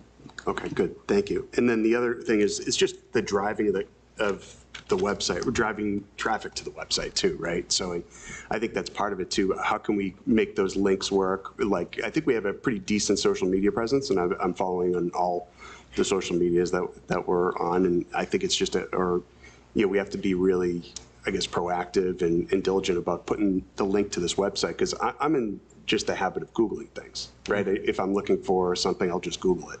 And I'm not in the habit of going to this website even myself. And so I think it's, we have to try to find ways to be creative and drive traffic to the site too. Yeah. Once it's up and running. Maybe we don't want to drive traffic to it right now as we're recognizing all these problems. I started thinking about that as well, like thinking about the superintendent's update and the principal's new weekly newsletter. So if you have that on the website and like link that to like the Connected that goes out, so that people click on that and go to the website, so then they find where. Yeah, it's great. Yeah, we have to find ways to do that. Absolutely. I agree with what Gabe was saying, but I do think as a parent, I go to the website for information, and that's my biggest frustration is everything's out of date, right? Yeah. So I do think that is a priority, is to fix the links, get things updated. Like I remember I looked for Holton Richmond's handbook, and I went to the website and I got one literally from like 2018. And I'm like, why didn't the newest one pop first, right? So while I do think having pictures and celebrating the stories of our students, I do think we've got a lot of work to do to get the right content in place. And, like if you are familiar with the website, like if you go to, I think it's resources, there's like 1,000 things to pick from. Like that is not user-friendly at all, right? Like it is overwhelming. And as a parent, I'm like, I would love to be able to go to the website and I would love to pay for my bus registration. I'd like to pay for my children's lunch, and I can't. I'm being taken to 5 different websites and logging on everywhere, right? So I do think that if we've got to get the content together, even if we create some sort of parent portal so that we don't have to log into 5 other websites to get what we need to, because you lose me at a certain point. I also want to, our app is pretty good. And I don't want to lose sight of that too. I don't think, I'd be curious to know how many users have actually used the app and downloaded the app, because I think particularly for what people are looking for, I use my app for it. But you can link it up to yourself, to your calendar, and it's really easy to use. So I don't want, we should get credit for our app as well. Yep. And when we're talking about all this technology too. And I think if we look and we focus on the app is very much integrated into the format of this site. So that would have to be something we would have to figure out how that sort of update works, which we could explore. Yep. Thank you for the update. I hear what we're saying about the Essex Tech marketing. However, I think we also have to remember that the majority of people who use this are the people who have students in the Danvers Public Schools. So really looking at what is going to be most helpful and beneficial to them should really be, I think, our focus. So seems like that's where you got, yes, it would have been nice to have hundreds more, respond, but it doesn't matter if you left it open 3-6 months, right? It's almost like the least amount of time you allow people to do it, they'll do it, because you probably would have gotten the same responses in another month or 2.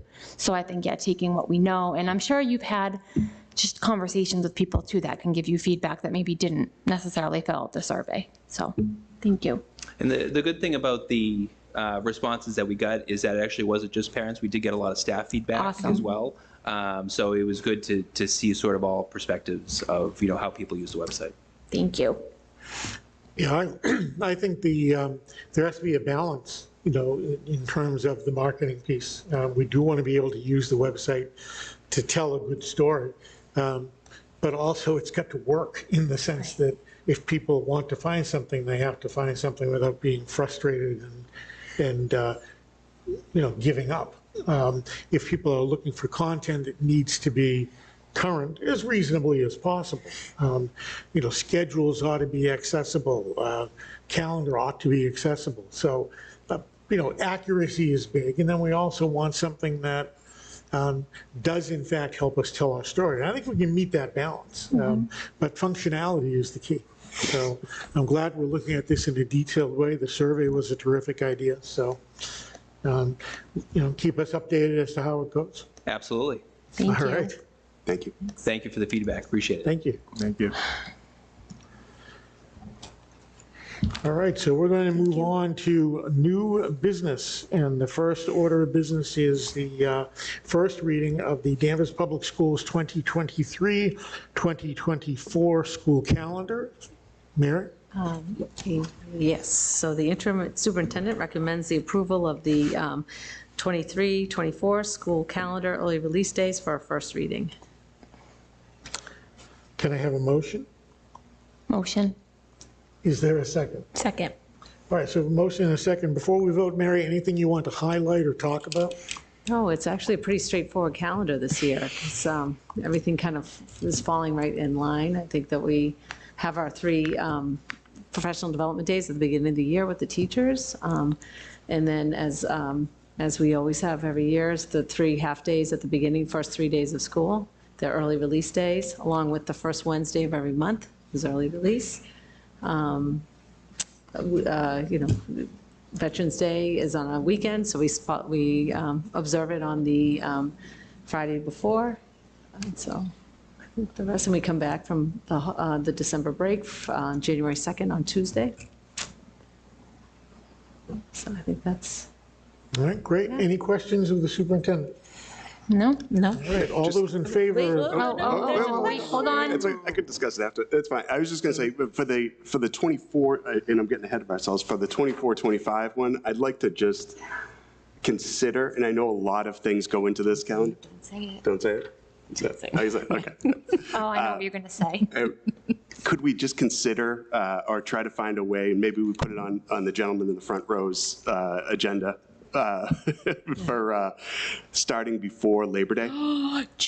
Contract negotiations are up after this school year, so that would be a time to, yes. Yes. You said it. So Mr. Bauer, you have I just wanted to throw it out. busy already. That might have to be, that has to go through the collective bargaining process. Yes. I know, there's a lot goes on there, so, I'd love to see if we could try to make that happen. Look at that, going out on a limb. No, it's perfect because we'll start negotiations next year. Start it. Perfect. Let's fire it up. That's right. I love it. Putting it out there for 2025. I'm done now. Any other comments or questions? Hearing none, all those in favor of adoption for first reading, please say aye. Aye. Opposed? None. Carries. Thank you. Now we get to the highlight of the evening. Dan Bauer is here, our incoming superintendent, and over the last, since our last meeting, we have completed negotiations. I was working with Josh, and we had our school attorney and Dan's attorney, and I think Dan would agree it's been a really pleasant process to reach this point. And so we're going to start by having a motion from the committee to approve and sign the new superintendent contract. Motion to approve and sign the superintendent contract. Is there a second? Second. All right, is there any discussion? No, I think we just, once it's signed, it will be available online. I know people are going to ask that. Yes. They can read it. It's a public document, and it starts July 1st. Yes, indeed. And 3-year contract. And so we're very excited, Dan. I know you are too. We're really looking forward to this. So any other questions, discussion? All right. No, I mean, I just want to thank Dan for taking the time to meet people, already interact with the school and students. Like, it's not going unnoticed, that you're coming in with a lot of passion and energy, and thank you for that. So we appreciate it. Yeah, Alice and I thought we were shunned from Literacy Week this last week. No, I'm kidding. I need that joke. No, I'm kidding. But we saw the photo with you and the kids, so we were really happy about that. Yeah, Dan visited Riverside, right? So that was great.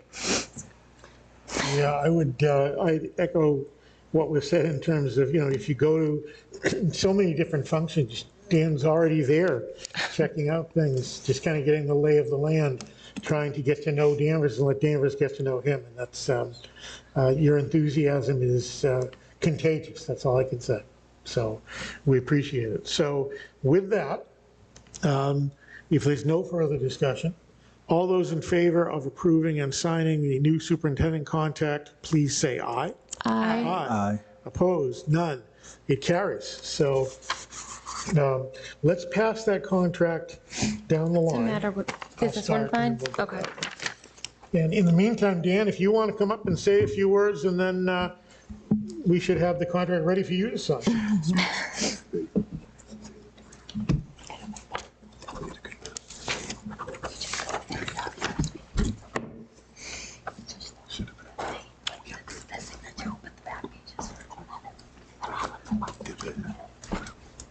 Should I go over and sign and? You can speak, we got to Speak? sign it first. You can speak first if you'd like to.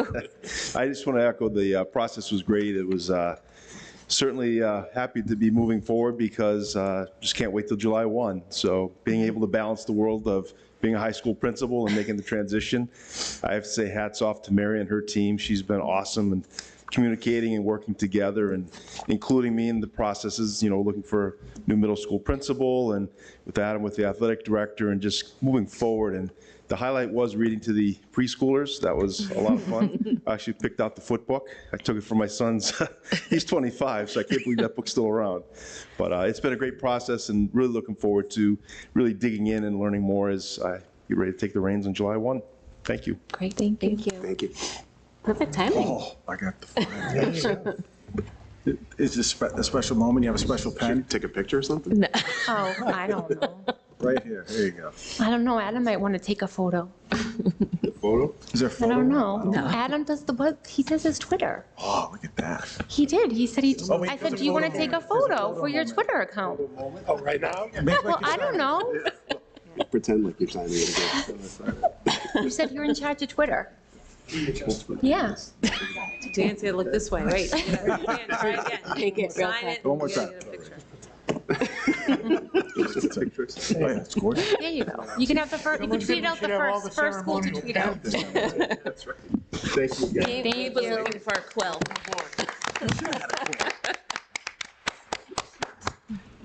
There you go. Unfinished business. So it's official, we move forward. And thank you again to Robin and Alice for the work you did in the superintendent search, and Josh and Gabe for, wise consultation and all of this. And I think makes me feel very optimistic going forward. And also, Mary, thank you. We'd be remiss that while we are welcoming a new superintendent, you have really helped us bridge the gap, so to speak, and done a fine job. Adam, we appreciate all of the assistance that you've rendered to Mary and stepping up and taking on a new role, really. So thank you both very much. Thank you. Thank you, and we have a great AC team, administrative team that's really stepped up too, so can't let it go by without thanking them. Awesome. All right, unfinished business. So the unfinished business is the final adoption of the FY24 budget. So first thing we need to do, we have the recommendation from Mary already. First thing we need to do is a motion to reopen the public hearing, which we suspended at the February meeting. So motion to reopen the public hearing for the budget. All right, is there a second? Second. And all those in favor, please say aye. Aye. Opposed, none. All right, so now we have a public hearing. Mary, we'll start with you. Are there any changes in the budget from what was presented to us in February, either on a line item basis or overall? No changes to the budget. I've had conversations with Steve Bartha and Rodney Cottonley, and Pam and I, we've all met and talked further. We've talked to them about how we're working on reallocating in special education to build up programming there. We did get favorable news on the Chapter 70 funding, so that also helps us with our special education out of district placement, so that helps with that funding. So we're getting an increase that was more than we anticipated, so we're actually getting $9,292,104, which is up from past year's funding. So that's about a $1.5 million increase in funding. So that really works out, has helped us, again, with some of the challenges that we've had in the special education funding. Okay. Questions from the committee? Want to start, Robin? Do you have any? No, I'm glad that we got the funding, and that I think will help offset some of the costs that we were really concerned about. But we've talked a lot about, like, it's going to be really the following school year that's going to be tough because of the ESSER funds and stuff. So some of the ESSER funding, and we're working at strategies right now to help alleviate that. We have been using some Title I funding. We're looking at for our reading specialists, those ones that are in our Title I schools. That's a possibility as well. So, and we're also looking at, I think, as we move this year, some of the people are on ESSER funding because of the challenges that we are having with the special education budget, so that we're hoping that as we move through the next year and that we're working on resolving those challenges, that we're able to move people more easily onto the budget. Thank you. No, I think I asked mine all last month, so. Yeah, and I don't have any other further questions. Thank you, Mary. Yeah, the only question I have is, like, Gabe brought up the extra $725K for the special education, and I know the clock is running out on this one because we're going to vote on this on Saturday. Is there any sort of action that we should take to make this happen between now, if this is something that we decide is, I know it's, some people said contact your town selectman or whatever the situation, or show up and talk. I feel like is there something we can do between now and Saturday to make that more of a reality? Offhand, I can't think of anything in particular, Josh. Meaning if we need to change something between now and then? Yeah, I mean, like Gabe brought up $725K, like let's see if we can put that back in, because that's a direct line item for special education, which is where we identified some potential gaps. Once we vote on the budget, which would be tonight, then we would have to have a special meeting with 48 hours notice, and literally that's the only way we could change the budget before Saturday. We could certainly, maybe not before Saturday, before the selectmen pass it along, maybe after that if something came up. But I don't see, if we've got something to say, we'd have to put off the vote tonight if it's a big item. But we're sort of at the Rubicon here. Of course, right. Yep. I do want to remind you that we got a $93,000 SEL, and it's a social emotional learning. Mary, can you repeat that? It's hard to hear you. Can you grab the mic? Sorry, you can hear me. This school year, we applied for an SEL and mental health grant, and as I told you, I was notified about it kind of late in the process, so it was a lot easier for us to write for the social emotional learning part because we had those plans in place. But as we move into next year and they offer that grant again, we'll be moving it towards the mental health side. So some of the things that are in the $700,000 appropriation, what's not in the budget would be, I could write for. So it would be like social workers at the elementary level. The problem is $93,000 is one person, so that would be the other thing. So, right. But we could go after grant funding and try to do that, and that's kind of how we operated this year. Is like when we knew we had the challenges with special education, we went after some grant funding to try to offset and be able to implement plans that we might have had to put on hold. Okay, that's good to know. Okay. Let me just say this from a procedure standpoint. Mary's recommendation is the budget as presented, which is $49,858,919. Now, anybody on this committee, except me, can make a motion to amend that number up or down. And we would vote on the proposed amendment, and then if it passed, that would become the budget recommendation. So, that's how we could change it tonight, Josh, if there's a recommendation to increase or decrease the proposed budget. But that was higher than we originally, right? Yeah, because originally we proposed, what again, Mary? 40, it was like 46 or 47 million? Am I wrong? I have 48,858,819 is how much is the FY24 budget. Okay. And that's what I have on my slide. All right, are there other questions from the committee? I just echo what Josh said. I mean, if it's in there as as an item that's not in the budget, I mean, what's the level of effort to make it a part of the budget?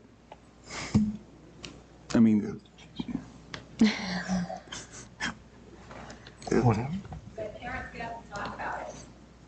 exactly. So we're saying what can make what can we do to make things that are not in this budget be in? Change the slide to say included in the budget. I really do, the more, working with Lynn this week, we really are seeing the Thorpe program as a strong possibility, that we can do that within the budget that we have, so. Right, but I'm specifically talking about the 724,000 that's not in the budget. okay, That's the item that I want to get in front of Town Hall and. So you have salaries for and new ask special for. education programs, all of those, right? Yes. Game, Yes. therapeutic support team, MTSS intervention, website updating, yeah, public relations consultant, Yeah. additional. And I know the website portion is, I mean, we kind of have a conversation going with Town Hall about that. The most important part is the special education component. And if someone checked me on my math, is it between 1% and 2%? Eric knows. Eric can do that math. What was that? Is what between 1% and 2%? Adding 725,000 to the $48 million budget. Is that about what percent wise is that? It's like What percent increase that we have already?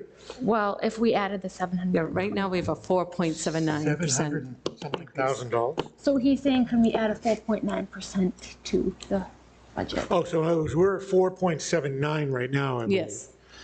All right, and so you want to take that to 5? Is that your? If that gets us 725,000. So you want 48,858,819 plus 725,000. Yes. So he wants this Okay. number plus 725,000. It's right here. As an added bonus. As an added, yes. That also includes the website updating, which we just talked about. Maybe we can run a proper survey. Yeah. Mary, do you know what the fiscal '23 budget was? Yes, I do. The fiscal. It's easy enough to calculate. Yeah. I don't want to touch my phone. It becomes. Oh, Pam knows, okay. Coming up. She's my numbers person, but I can pull it up. I mean, honestly, the parents came, they Numbers. spoke. Yeah. It's been phone calls for the last several weeks. I know we're not the final decision makers on the budget, but I think we should give the town an opportunity to vote on it. Yeah. Was 725,000. We were like 46, right, Pam? The FY23 budget is okay. $46,623,478. Did you say 46 million? FY23, this current school year's budget is $46,623,478. Okay, There you go. Right, so that's 48 what you want to ask for. Right. plus 725. But this is what it was this current year of the fiscal Okay, that's what I '23. need to know. Yeah. Divided by 46, 623. That would be roughly an 8.5% increase. Adding some, Yeah, and we, no, it's an 8%, no, it's Pam not. and, Pam and I have been working with the town, and we came in with, we've worked through different numbers with them, trying to say, show them different, potentials, and they've been really working with us a lot on helping us fund through additional use of circuit breaker funds, as well as them support, going to support us with some funds from the town to help us with our special education budget. So we are working on reallocating and trying to find ways within our budget to strengthen the program that we have right now for special education. But should we ask for more?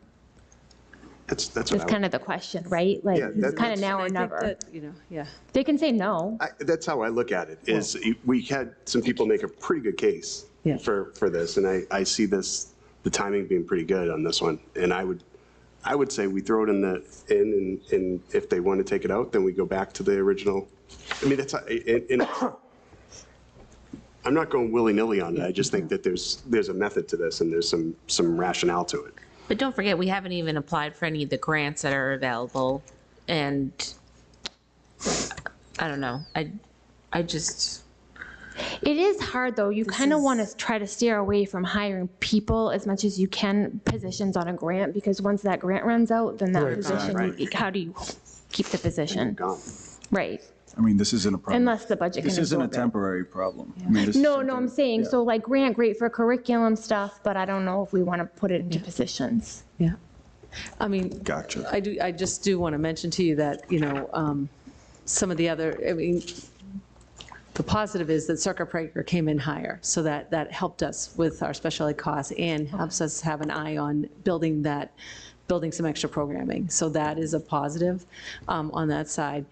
Without that extra money, some other town departments might have had to make more cuts than they are actually going to have to make right now. So there were going to be some sacrifices on other department sides. So I just feel strongly, like, if we can try to do as much as we can within our budget that we've proposed would be. If you feel comfortable with that, I mean, if you feel like you can do what we need to do. Yeah. I mean, I would say, look, from my experience, that would be first of all, it'd be the largest increase in over 20 years, and at times when the economy was better. I sympathize with the thought about this, I really do, but it would be a non-starter with the selectmen, it would be a non-starter with the finance committee. So Arthur would kick us out. I mean, if my math is wrong, we're talking about 0.98% added to the budget for special education. 0.98%. Am I wrong, Pam? I have 1.5%. This is how Okay, I've maybe I am calculated it, wrong. but That was my original one, but 0.98 sounded better. No, you might have to cut positions other places in the town. Well, we don't know that, though. No, we don't know. So, But we do. We have X amount of operating Yeah, budget, so it's kind of like. the budget is like a town. Like it's Yeah. not like we can get more money from. Am I wrong? Yeah, I Like, think the question would. does I'm not have an sorry, infinite amount of money. I don't mean to cut you off, I'm so sorry. The issue would be that if you tried to actually, if we want to increase what we're asking for, then the money ends up having to, from the town standpoint, either they say to one of the other departments, okay, you've got to cut your budget by the same amount in order to make this work, or take it from all of the departments. Or they could, for example, look at, free cash, quote unquote, but you're also trying to maintain free cash at the right levels so that bond ratings stay where they are, and it's a fairly complicated way to work it, and we work, with the town to come up with a number that works. Our number is higher, in fact, than the town's number. On the one hand, I sympathize with our thought because we're basically admitting there's things we're not going to be able to do, that if we really wanted to do what we think is necessary, we'd be looking for more. But then you get into this balance with,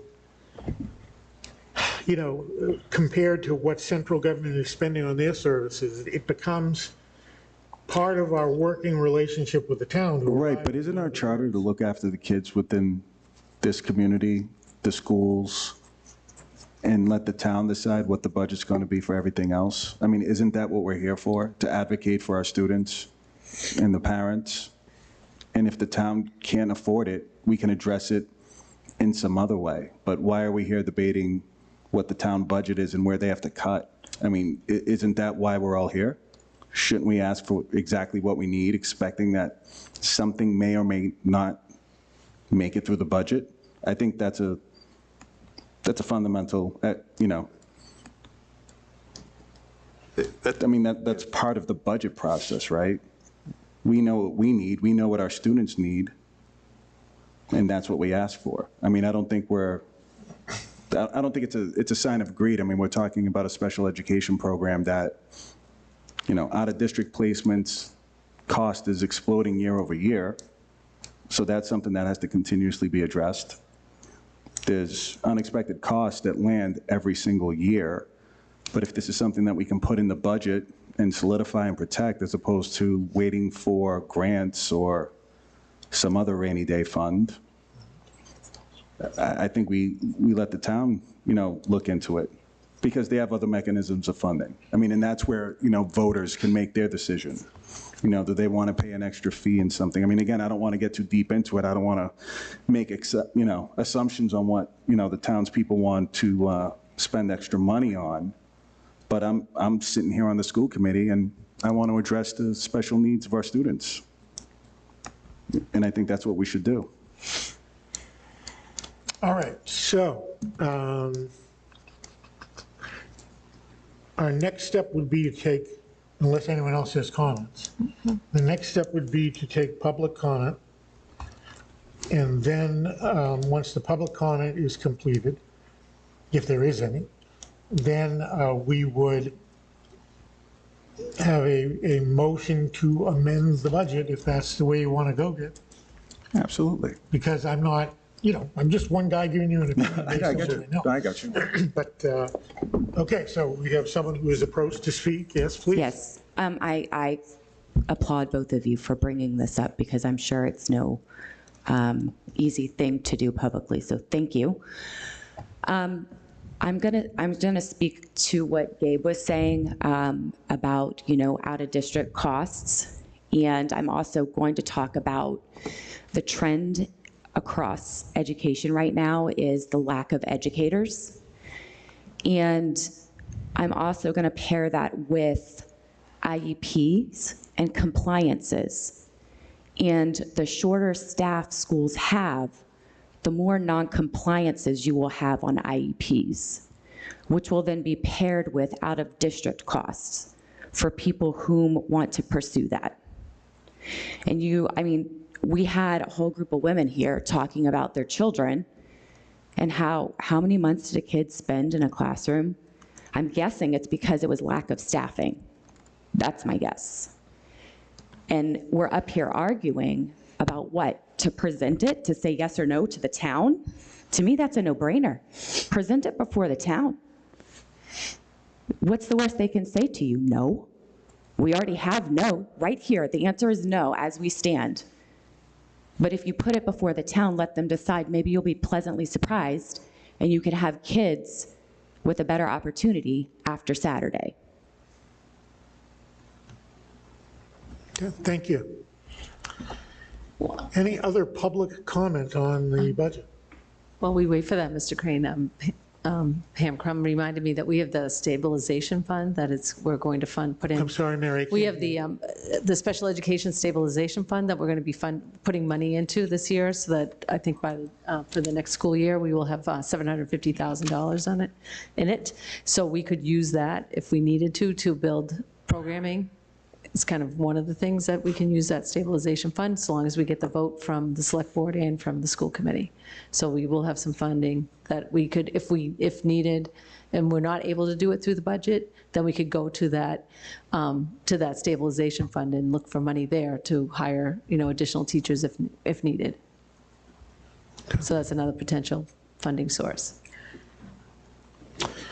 All right. So that would fund what's not in the fiscal year 24 budget that we have listed here. It could. We would look for grant funding first and find other funding and see if reallocation works and see how much we can get down from that amount, because obviously we don't want to deplete the stabilization fund that we're trying to build up.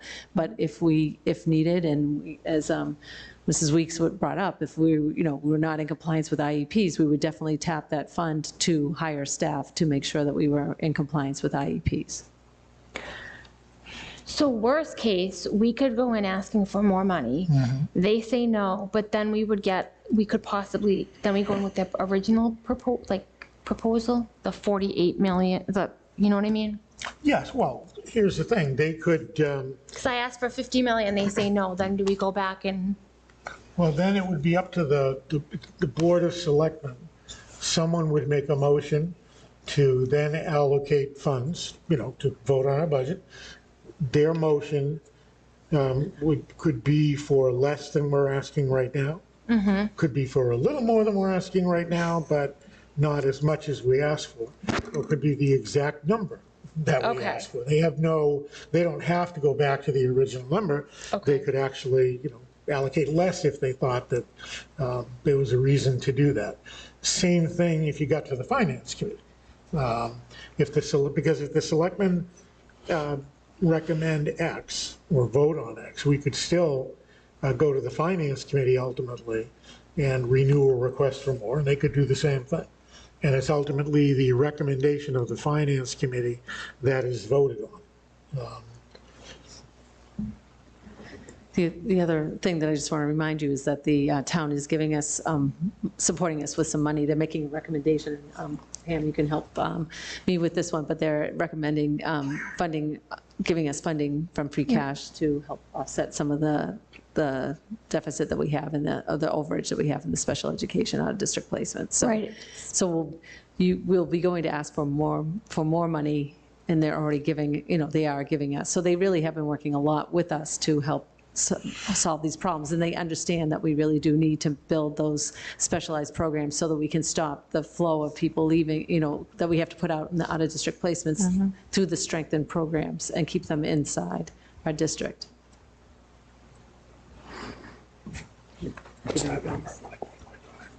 Yes, the recommendation I believe that they are going to make it through the town meeting process is for an additional 1.5 million that will offset our costs this year, and 600,000 that will go into the stabilization fund for special education. I think historically, the spike in out-of-district placements and these kind of costs going beyond our means happens cyclically every 5 or 6 years, from what I understand. This is unusual that it has gone up and up over year. And so we're hoping that we get to the other side of this and that the circuit breaker reimbursement from the state can kind of catch up, and we can build the programs that keep the students in the district served well according to their needs, and that spike in the costs, we'll get to the other side of it. But the town has been extremely collaborative and helpful, and I don't know if generous is the right word, but they work really closely with us, understanding what we've been facing this year and what we foresee next year. And the budget that we have put forward here is a way for us to be able to pay for a level service, all the teachers and programs and stuff that we currently have, in a as fiscally responsible way as possible. And then I think added to that is looking at reallocation to look at where we can take, based on numbers and enrollment, where we can add more staffing to critical areas that I think we heard about tonight, for example. And that's, that would be up to Lynn and Mary and the administrative team to figure out where we can move resources or look at resources based on where the needs exist. So if we can do, looking at that department as a whole and beginning to strengthen at the lower, at the elementary levels, for example. If I can just say, so you're making an assumption that we're going to put this budget and they're going to approve it flat out, no questions asked? No, they're going to ask. That's why we're going to go. Sure. Right. I mean, the point I'm trying to make is we don't know going in what will be approved and what will be taken away. And it takes us back to the fundamental point of asking for exactly what we want. I mean, we're not making up a number. It's a number that's highlighted in the budget deck as not in there. I understand there are opportunities to put that money there, and I'm still struggling with the notion of not doing it. I mean, this is not saying we don't appreciate everything the town does and their cooperation and the support and everything that's there. I still struggle with why we don't want to put it in there. Like, they may say no. They might say yes. These are elected officials. Let the community have their say in regards to what kind of funding the school can get. And I'll end there. I mean, that's my position.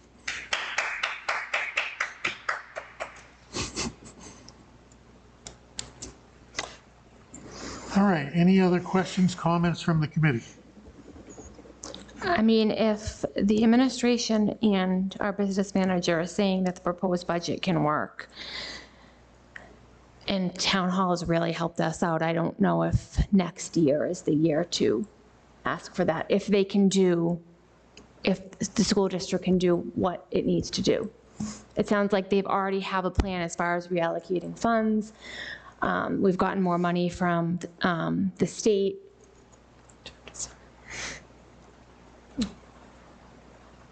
You have no idea what's gonna come the following year with contracts and all that stuff as far as like increase that. Are we gonna go then the following year for 5 more million? You know what I mean? Like, these are all things to think about long-term too. I mean, all of our bargaining units are up for fiscal '25. Right, and if you've seen what's been happening on the news, you don't know. That will take a huge, but that'll be a big budget item. Yeah, I mean, and believe me, I want to see us get as many resources as we can, but we're already if we're not over half the town's budget, we're awfully close when you put it all together. And I do say that we see and serve more citizens directly on a daily basis than the other departments. But nonetheless, anything that we increase is going to have to come from somewhere. And you know, the first time, sorry, Eric, but if we start increasing all this, it's gonna also, why are your scores this, why is this, why is this? You're gonna get all that from the town too, because you know that happens. Well, of course. Right, so you're opening in a lot. No, I mean, if we went in asking for an 8% increase, it's really going to, it's going to make it difficult in terms of the budget hearings. We are not going to get 8% under any circumstance. I think it's 1.5. You keep saying 8%. I'm sorry, what did 1.5%. you mean above, The in 4.7. addition to what we're asking for? Yes. Right, but we're already asking or getting. Oh, because you're saying we're We're already already up asking for 8% anyway. 4.79%. No, we're at 4.7, so 1.5, I apologize, would take us to 6.2, 6. I see what you're saying, so it's about 6.3% over what we have this year. Yep. Okay. In total. We have not closed the public hearing yet. I'm sorry? No, we go haven't ahead. closed the public hearing.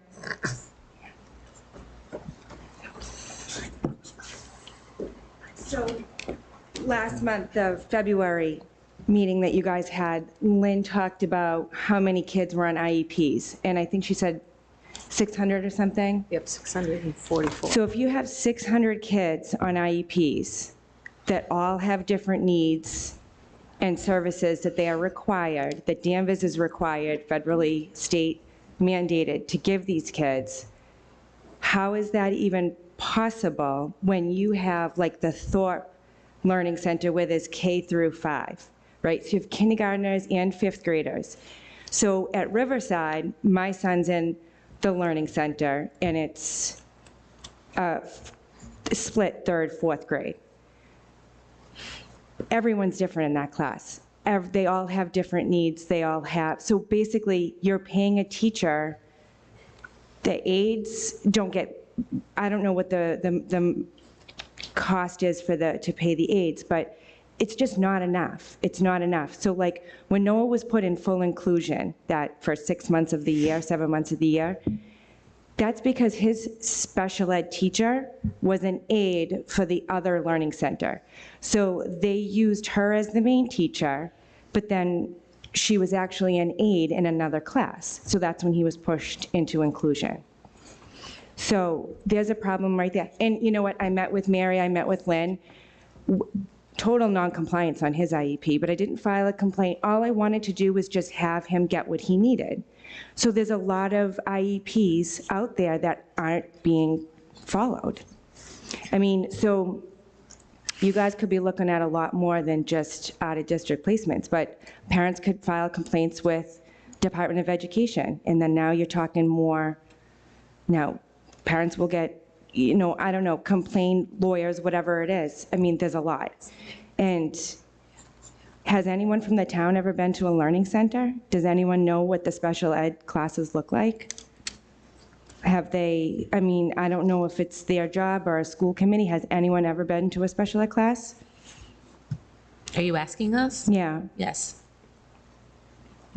So when they did the ADL curriculum framework, it was a professional development, and we had a community night. Did anyone from the town come to that when they discussed disabilities? No idea. Some members of the Human Rights and Inclusion Committee came, but not like town. Which, yes, which is amazing. I mean, but nobody else. I mean, we're talking about money for kids that need it in special education where nobody knows what special ed looks like right now, and how the kids are struggling, the teachers are struggling, the aides aren't qualified. So I mean, like, I can't thank Gabe enough for fighting for this for us, because again, these are our babies that need this. And it's not even just elementary school now, we're talking about the middle school programs. You know, I'm only involved with elementary, my oldest is 4th grade, but I've heard terrible things about the middle school. So I mean, if you want to talk about diversity, equity, and inclusion, let's talk about neurodiversity in these children, like the kids, because that's never talked about. You know, my son has been with this same kid since preschool. He did Riverside preschool, now he's in 4th grade. Do you know how many times he's been invited to a typical peer's birthday party? Once. And he's 10. And he's been with these kids since 3. So there just isn't enough even socially with the general ed. You know, everyone says, you know, special ed, inclusion, all this. It's not like that. Like, you guys need to see what these classes look like. But are you talking to like us specifically? I mean, I have a master's degree in special education, so I just want to be, I'll speak for myself. I think we're very clear about what a special education classroom looks like, what those kids are like. I was a special ed teacher. Yeah. So I don't want to get into a debate with you, but I also feel like I guess I'm wondering who you're directing that we don't know that comment at right now, because I think No, not that you don't know what it means, Okay. but I don't know, I have, and I'm also a parent of a kid on an IEP, so I think, like, I understand you're advocating for your child, and I respect that. Yep. But I also feel like, I think the comment, procedurally, you all approve the budget. So we've presented the budget, you have, I'm not the expert on the procedures here, but I don't think it should be, I feel a little bit like now the debate has been that we don't understand, and I'm not sure that that's accurate. We're not going to have. We're not letting anybody, Yeah, this is not a debate, this is public comment. Yep. Well, I guess what I'm trying to say is if whoever's going to make the decision on a budget for special education should know what it looks like in the classes in elementary school right now. Adam, I don't mean like anything against any special educator or anything like that, but in my son's class specifically, or Thorpe, what those classes look like, I guess that's what I mean. So if anyone's, you know what I'm saying, like if we're gonna talk about what special education needs, it would help or be helpful for whoever's making that decision to really see what the classes need. You know, last year we had a meeting at Riverside. Mary was there, and a parent complained that the special ed kids were taking up space at Riverside in one of the classrooms. So her general ed kids lost a makerspace room or whatever it was because the special ed kids had to go in there. So that makerspace room is a tiny room in the middle of the building with no windows that my son's in there all day, every day. And she was complaining that that was taken away from her kids. So, I mean, it's not even, I mean, it's just, it's a lot for a special ed parent. Okay, thank you. All right, thank you. I do want to say that Lynn's, All right. Lynn's, at can I this just make point, a let's have a comment? motion. So, Eric, I don't think you, oh, sorry, I got to get closer to my microphone. I just want to say that Lynn O'Neill came in last year, and so her first year on was like a listening tour. So she kind of listened and assessed the programs. And that's when she came to me and to Keith at the time and asked for the special education coordinator positions, because she knew she needed to build programming and strengthen the programming that we have. So they do have a plan for how to do that, and we are trying to work within the budget to strengthen the programs and provide more training to teachers, train aides, and I think that those positions are helping us with that planning, so they do know what's going on inside the classroom. They definitely have ideas for what needs to be changed, and we're working with them on that. In fact, I had to change the date, but tomorrow we have a consultant, Pia Darkin, is coming in to work with Lynn O'Neill and me and the 3 special education coordinators with a focus on the programming and building those programs and making them stronger. So we have an outside consultant, again, off of grant money, that I'm bringing in to help do that work. So we do have plans in place, and it's not that we built this budget thinking about those programs we need, although we definitely do have those challenges with the special education out-of-district placements. So I think that we can do that. I think if we rely on the stabilization fund, if we do need that funding, and knowing that that's someplace we can go to for extra funding, that would be a good, I think that was the strategy we were presenting to you early on in February during the budget hearing. So you are confident with the proposed budget that you can do what you need to do? Mary, that's Mary. I'm sorry, I guess both of you and Pam. Yes, I do believe we can within that. Okay. For what we're trying. All right, thank you. All right, let's start with a motion to, Wait, can I ask one question? Sure. So there's the 1.5 million stabilization fund that is available today, and we'll be able to use 725,000 of that to fill that gap in special education. Right. The Right, it's not all special education stuff. I did put in there the website and a public relations consultant, so we could back that out. We could also, working on the grants for the therapeutic kind of work and to back that out as well. So it might not be $700,000 if you're trying to solve the special education problem. If that's you're trying to beef up resources in special education, we could back out and I could give you a better number for that. I just would need some time to do that. Okay, thank you. But I just wanted to clarify that the stabilization fund is not the $1.5 million. The stabilization fund was created last year. It was funded initially with $150,000 last year. The town is going to make a recommendation to fund it with an additional $600,000 this May for next year, so that there would be $750,000 in that fund. It exists to enable the district to ride out difficult times that happen, hopefully not every year. Right.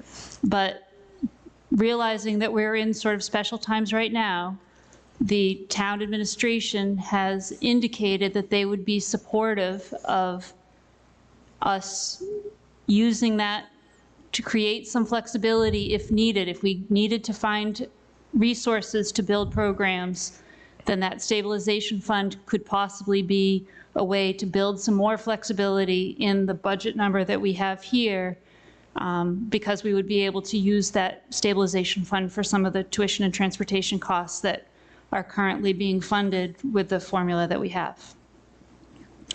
My hesitation on that is just that it's not earmarked for it, right? Like that we're saying that we might get support for it. Well, The fund will exist, but using it requires the approval of the majority of both the school committee and the select board.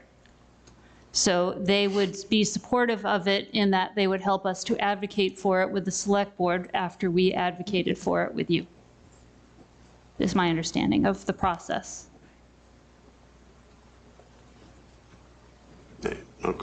It just seems a little, it just seems it doesn't seem like it's a guarantee. Like if we put this, that's why I'm advocating for it. I think if we put the 725K in it, we're earmarking it for those specific things, those items. That's my position on it. all right, procedurally, we need a motion to close the public hearing. Motion to close the public hearing. Is there a second? Second. Any discussion? All those in favor, please say aye. Aye. Aye. All right, so we now have a recommendation from Mary that we approve a budget of $858,919. I'm sorry, Sir, I'm gonna read 48 that again, million, I right? apologize. Yeah. 49 million. 48. No, 48 million. 8,000,000. It's on the, 48 yeah, million, do you want me to give you the? 858, What am I right? missing? The 720. Do you have the? Oh, Yeah, that's weird. Okay, $48,858,819. $48,858,819. Right. That's the recommendation.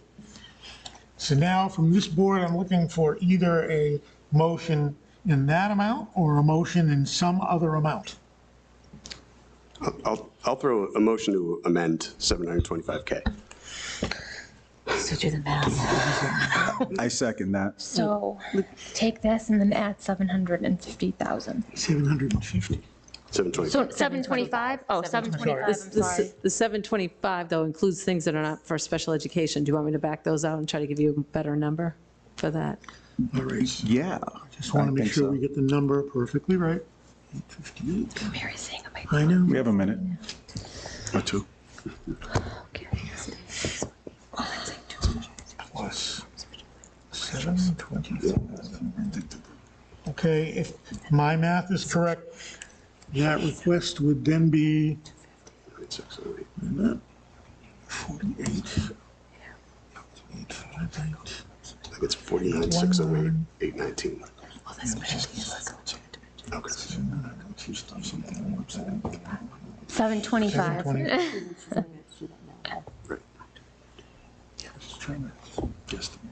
$49,583,000, 819. So 49,583,819. You get that too, Rob? That's what I have. Okay. So is that your motion, Josh? Yes. Is there a second? Is Mary, though, still figuring something out, though? Nope. She said it might not be all the special ed. Yes, we're looking at backing out some of the money, so, I'm doing rough numbers right now. Yeah. We're backing out like $200,000 by the public relations consultant, the website, some of the MTSS intervention, which would be regular ed. And so that would give us some therapeutic, that would give us some of the therapeutic and some special education teachers. So $525,000, So then That sounds right. this would be it. which would really add it up. That's Yeah, because we take 200,000 off. Okay. So the motion then, Josh, would be for $49,383,819. Yes. Okay. 49,383,819. Is there a second? Second. Gabe has seconded that motion. Yes. Discussion on the motion.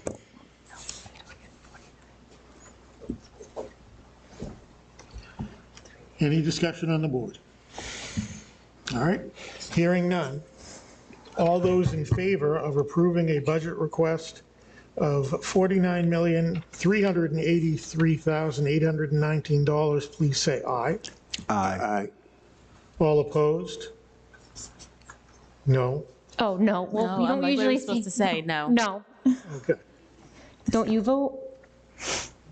Did you vote? I did, I have to break a tie. Oh, right, okay. I didn't hear you vote. I Oh, didn't I'm know what you sorry, said. yes, I voted. Yep. Okay. All right, so that motion does not pass. Is there another motion for a budget request? So a motion for 48,858,819. Okay, is there a second? Second. We have a motion, we have a second. Any discussion? No, I mean, I think the reason why I'm staying with the original proposal is just based on the feedback coming in from Pam and Mary, based on their recommendation. Same. Yeah, and I would say I think it would be for better or worse, a large mistake to try and, as much as, hey, look, I'd love to have the resources, but it just is not practical at this point in time. And we can still do, like, Mary is still confident, so it's not that. Well, and, if we get grants that allow us to do more than we expect, or if something internally goes differently and we can reallocate some funding, as almost happens every year, we'll be able to, do some things that maybe we hadn't planned to originally. But I can't vote for a budget request that I think would be a non-starter, so I'm going to support this request. All right, with that, all those in favor of the budget request for $49,383,819, please say aye. Aye. All opposed? Opposed. Opposed. And I am voting aye to break the tie. And so the budget request for the selectmen would be 49 million. It's 48. 48 million. 48 million. I'm sorry, That's why you were 48 million. confusing me. 48,858,819 I know dollars. I think some of the budget had typos, so you must have one that has a typo. Oh. Okay, it's 48,858,819, right? Yes. Okay. Correct. It's too many eights. I know, there's a lot of numbers in there. All right, so that's a vote. I appreciate the discussion. I'm sure we'll have a lively discussion on Saturday before the selectmen. And, I appreciate the discussion, the thoughts, the public input. I think we've taken the vote that we feel is, the best for the schools and workable for the town. So we'll move forward with that. All right. And again, thank you for, a thoughtful process. Order of business, consent agenda. Can I have a motion to approve the consent agenda, including this month's fundraising requests and field trip requests? Motion to approve. Is there a second? Second. All those in favor, or anyone have any questions about any item? Hearing none. All those in favor, please say aye. Aye. Aye. Opposed, none. Minutes, Madam Secretary. The secretary moves to approve and release the minutes from the February 13th, 2023 regular meeting, as well as to approve and not release the minutes of the February 13th, 2023 executive session. Is there a second? Second. We have a motion. We have a second. Any discussion? Hearing none. All those in favor, please say aye. Aye. Aye. Communications, Mary? Yes, we had the board meeting for the Northeast Consortium, and they are where we are. They're working on their budget process. They're looking at a potential 5% increase in their tuition for students attending for member districts, and they're looking at higher rates for districts that are not members of the consortium, more like a 7.25 or 7.5. I don't have the exact number, but so they're working through their budget process, and so that was much of the conversation. They did settle their contract with their teachers and teacher aides. And yes, and I think what we're going to see, which we see in a lot of towns, is that the teacher aide increases are definitely giving. They're giving out larger increases to the teacher aides and the other. Thank you. Legislation. I would just report that I've had conversations with both Senator Lovely and Representative Kearns within the last 2 weeks regarding the 40% increase in out-of-district placements. She says that, actually both of them say, that there are significant lobbying efforts going on. It's put this on people's radar. They did point out that we'll get 75% of that increase back in the circuit breaker fund next year, but where they both recognize it puts a real strain on the budget this year. I can't promise that there'd be any change, but sometimes you get a feeling there's a movement afoot, and one gets that feeling right now that this is on everybody's radar. Subcommittee liaison updates, curriculum and equity. No updates. It's this month. Oh, no, April. April. April. I was like, wait, I missed it? Okay, no, nothing yet. Okay. Nothing yet. Policy, I don't think we have anything this month. No.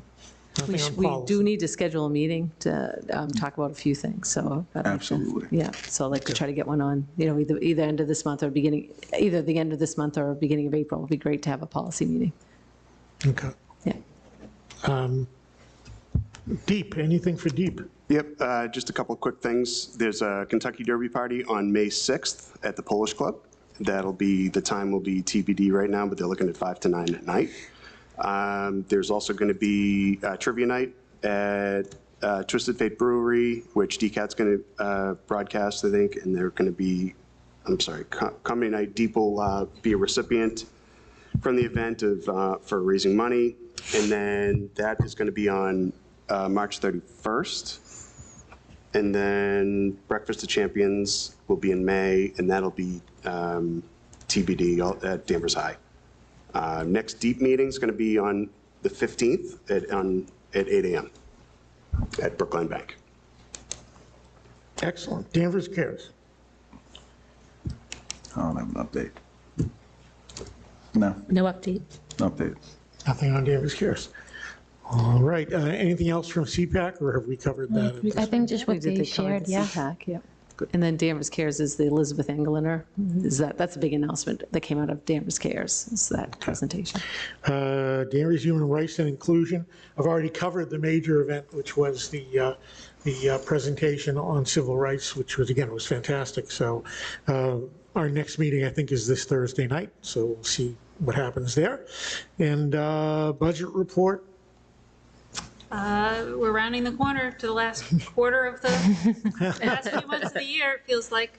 But we're on track. We're working to identify the savings that we've talked about in months past. We have some positions that have been difficult to fill, and the only silver lining in that is that those are salaries that are not currently flowing out, and therefore we're looking to identify some of those places where we might be able to squeeze a little, and we're prioritizing the purchase of any additional materials, curriculum materials and stuff this spring. I did promise last month that I would look at the homeless transportation line because I see that number getting bigger and more negative, but in truth, the state does reimburse for what we reported for homeless transportation costs on our end of year report last year. So they will fund 100% of that number, and that will take care of the deficit that we see growing in this year's number. So I'm no longer concerned about that. Thank you.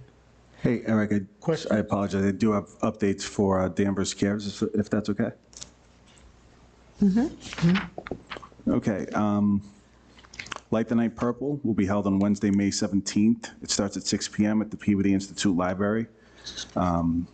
Elizabeth Englander, who's Executive Director of the Massachusetts Aggression Center at Bridgewater State University, will present Helping Kids Adjust Screens, Social Skills, and Avoiding Social Problems on March 16th at 6:30 p.m. via Zoom. It's a free presentation, and it's open to all community members. And there's a flyer on their website if you want to take a look at that. And there is also a diaper drive that's being organized right now for the month of April, so keep your eyes out for that. And that's it from Danvers Cares. Okay.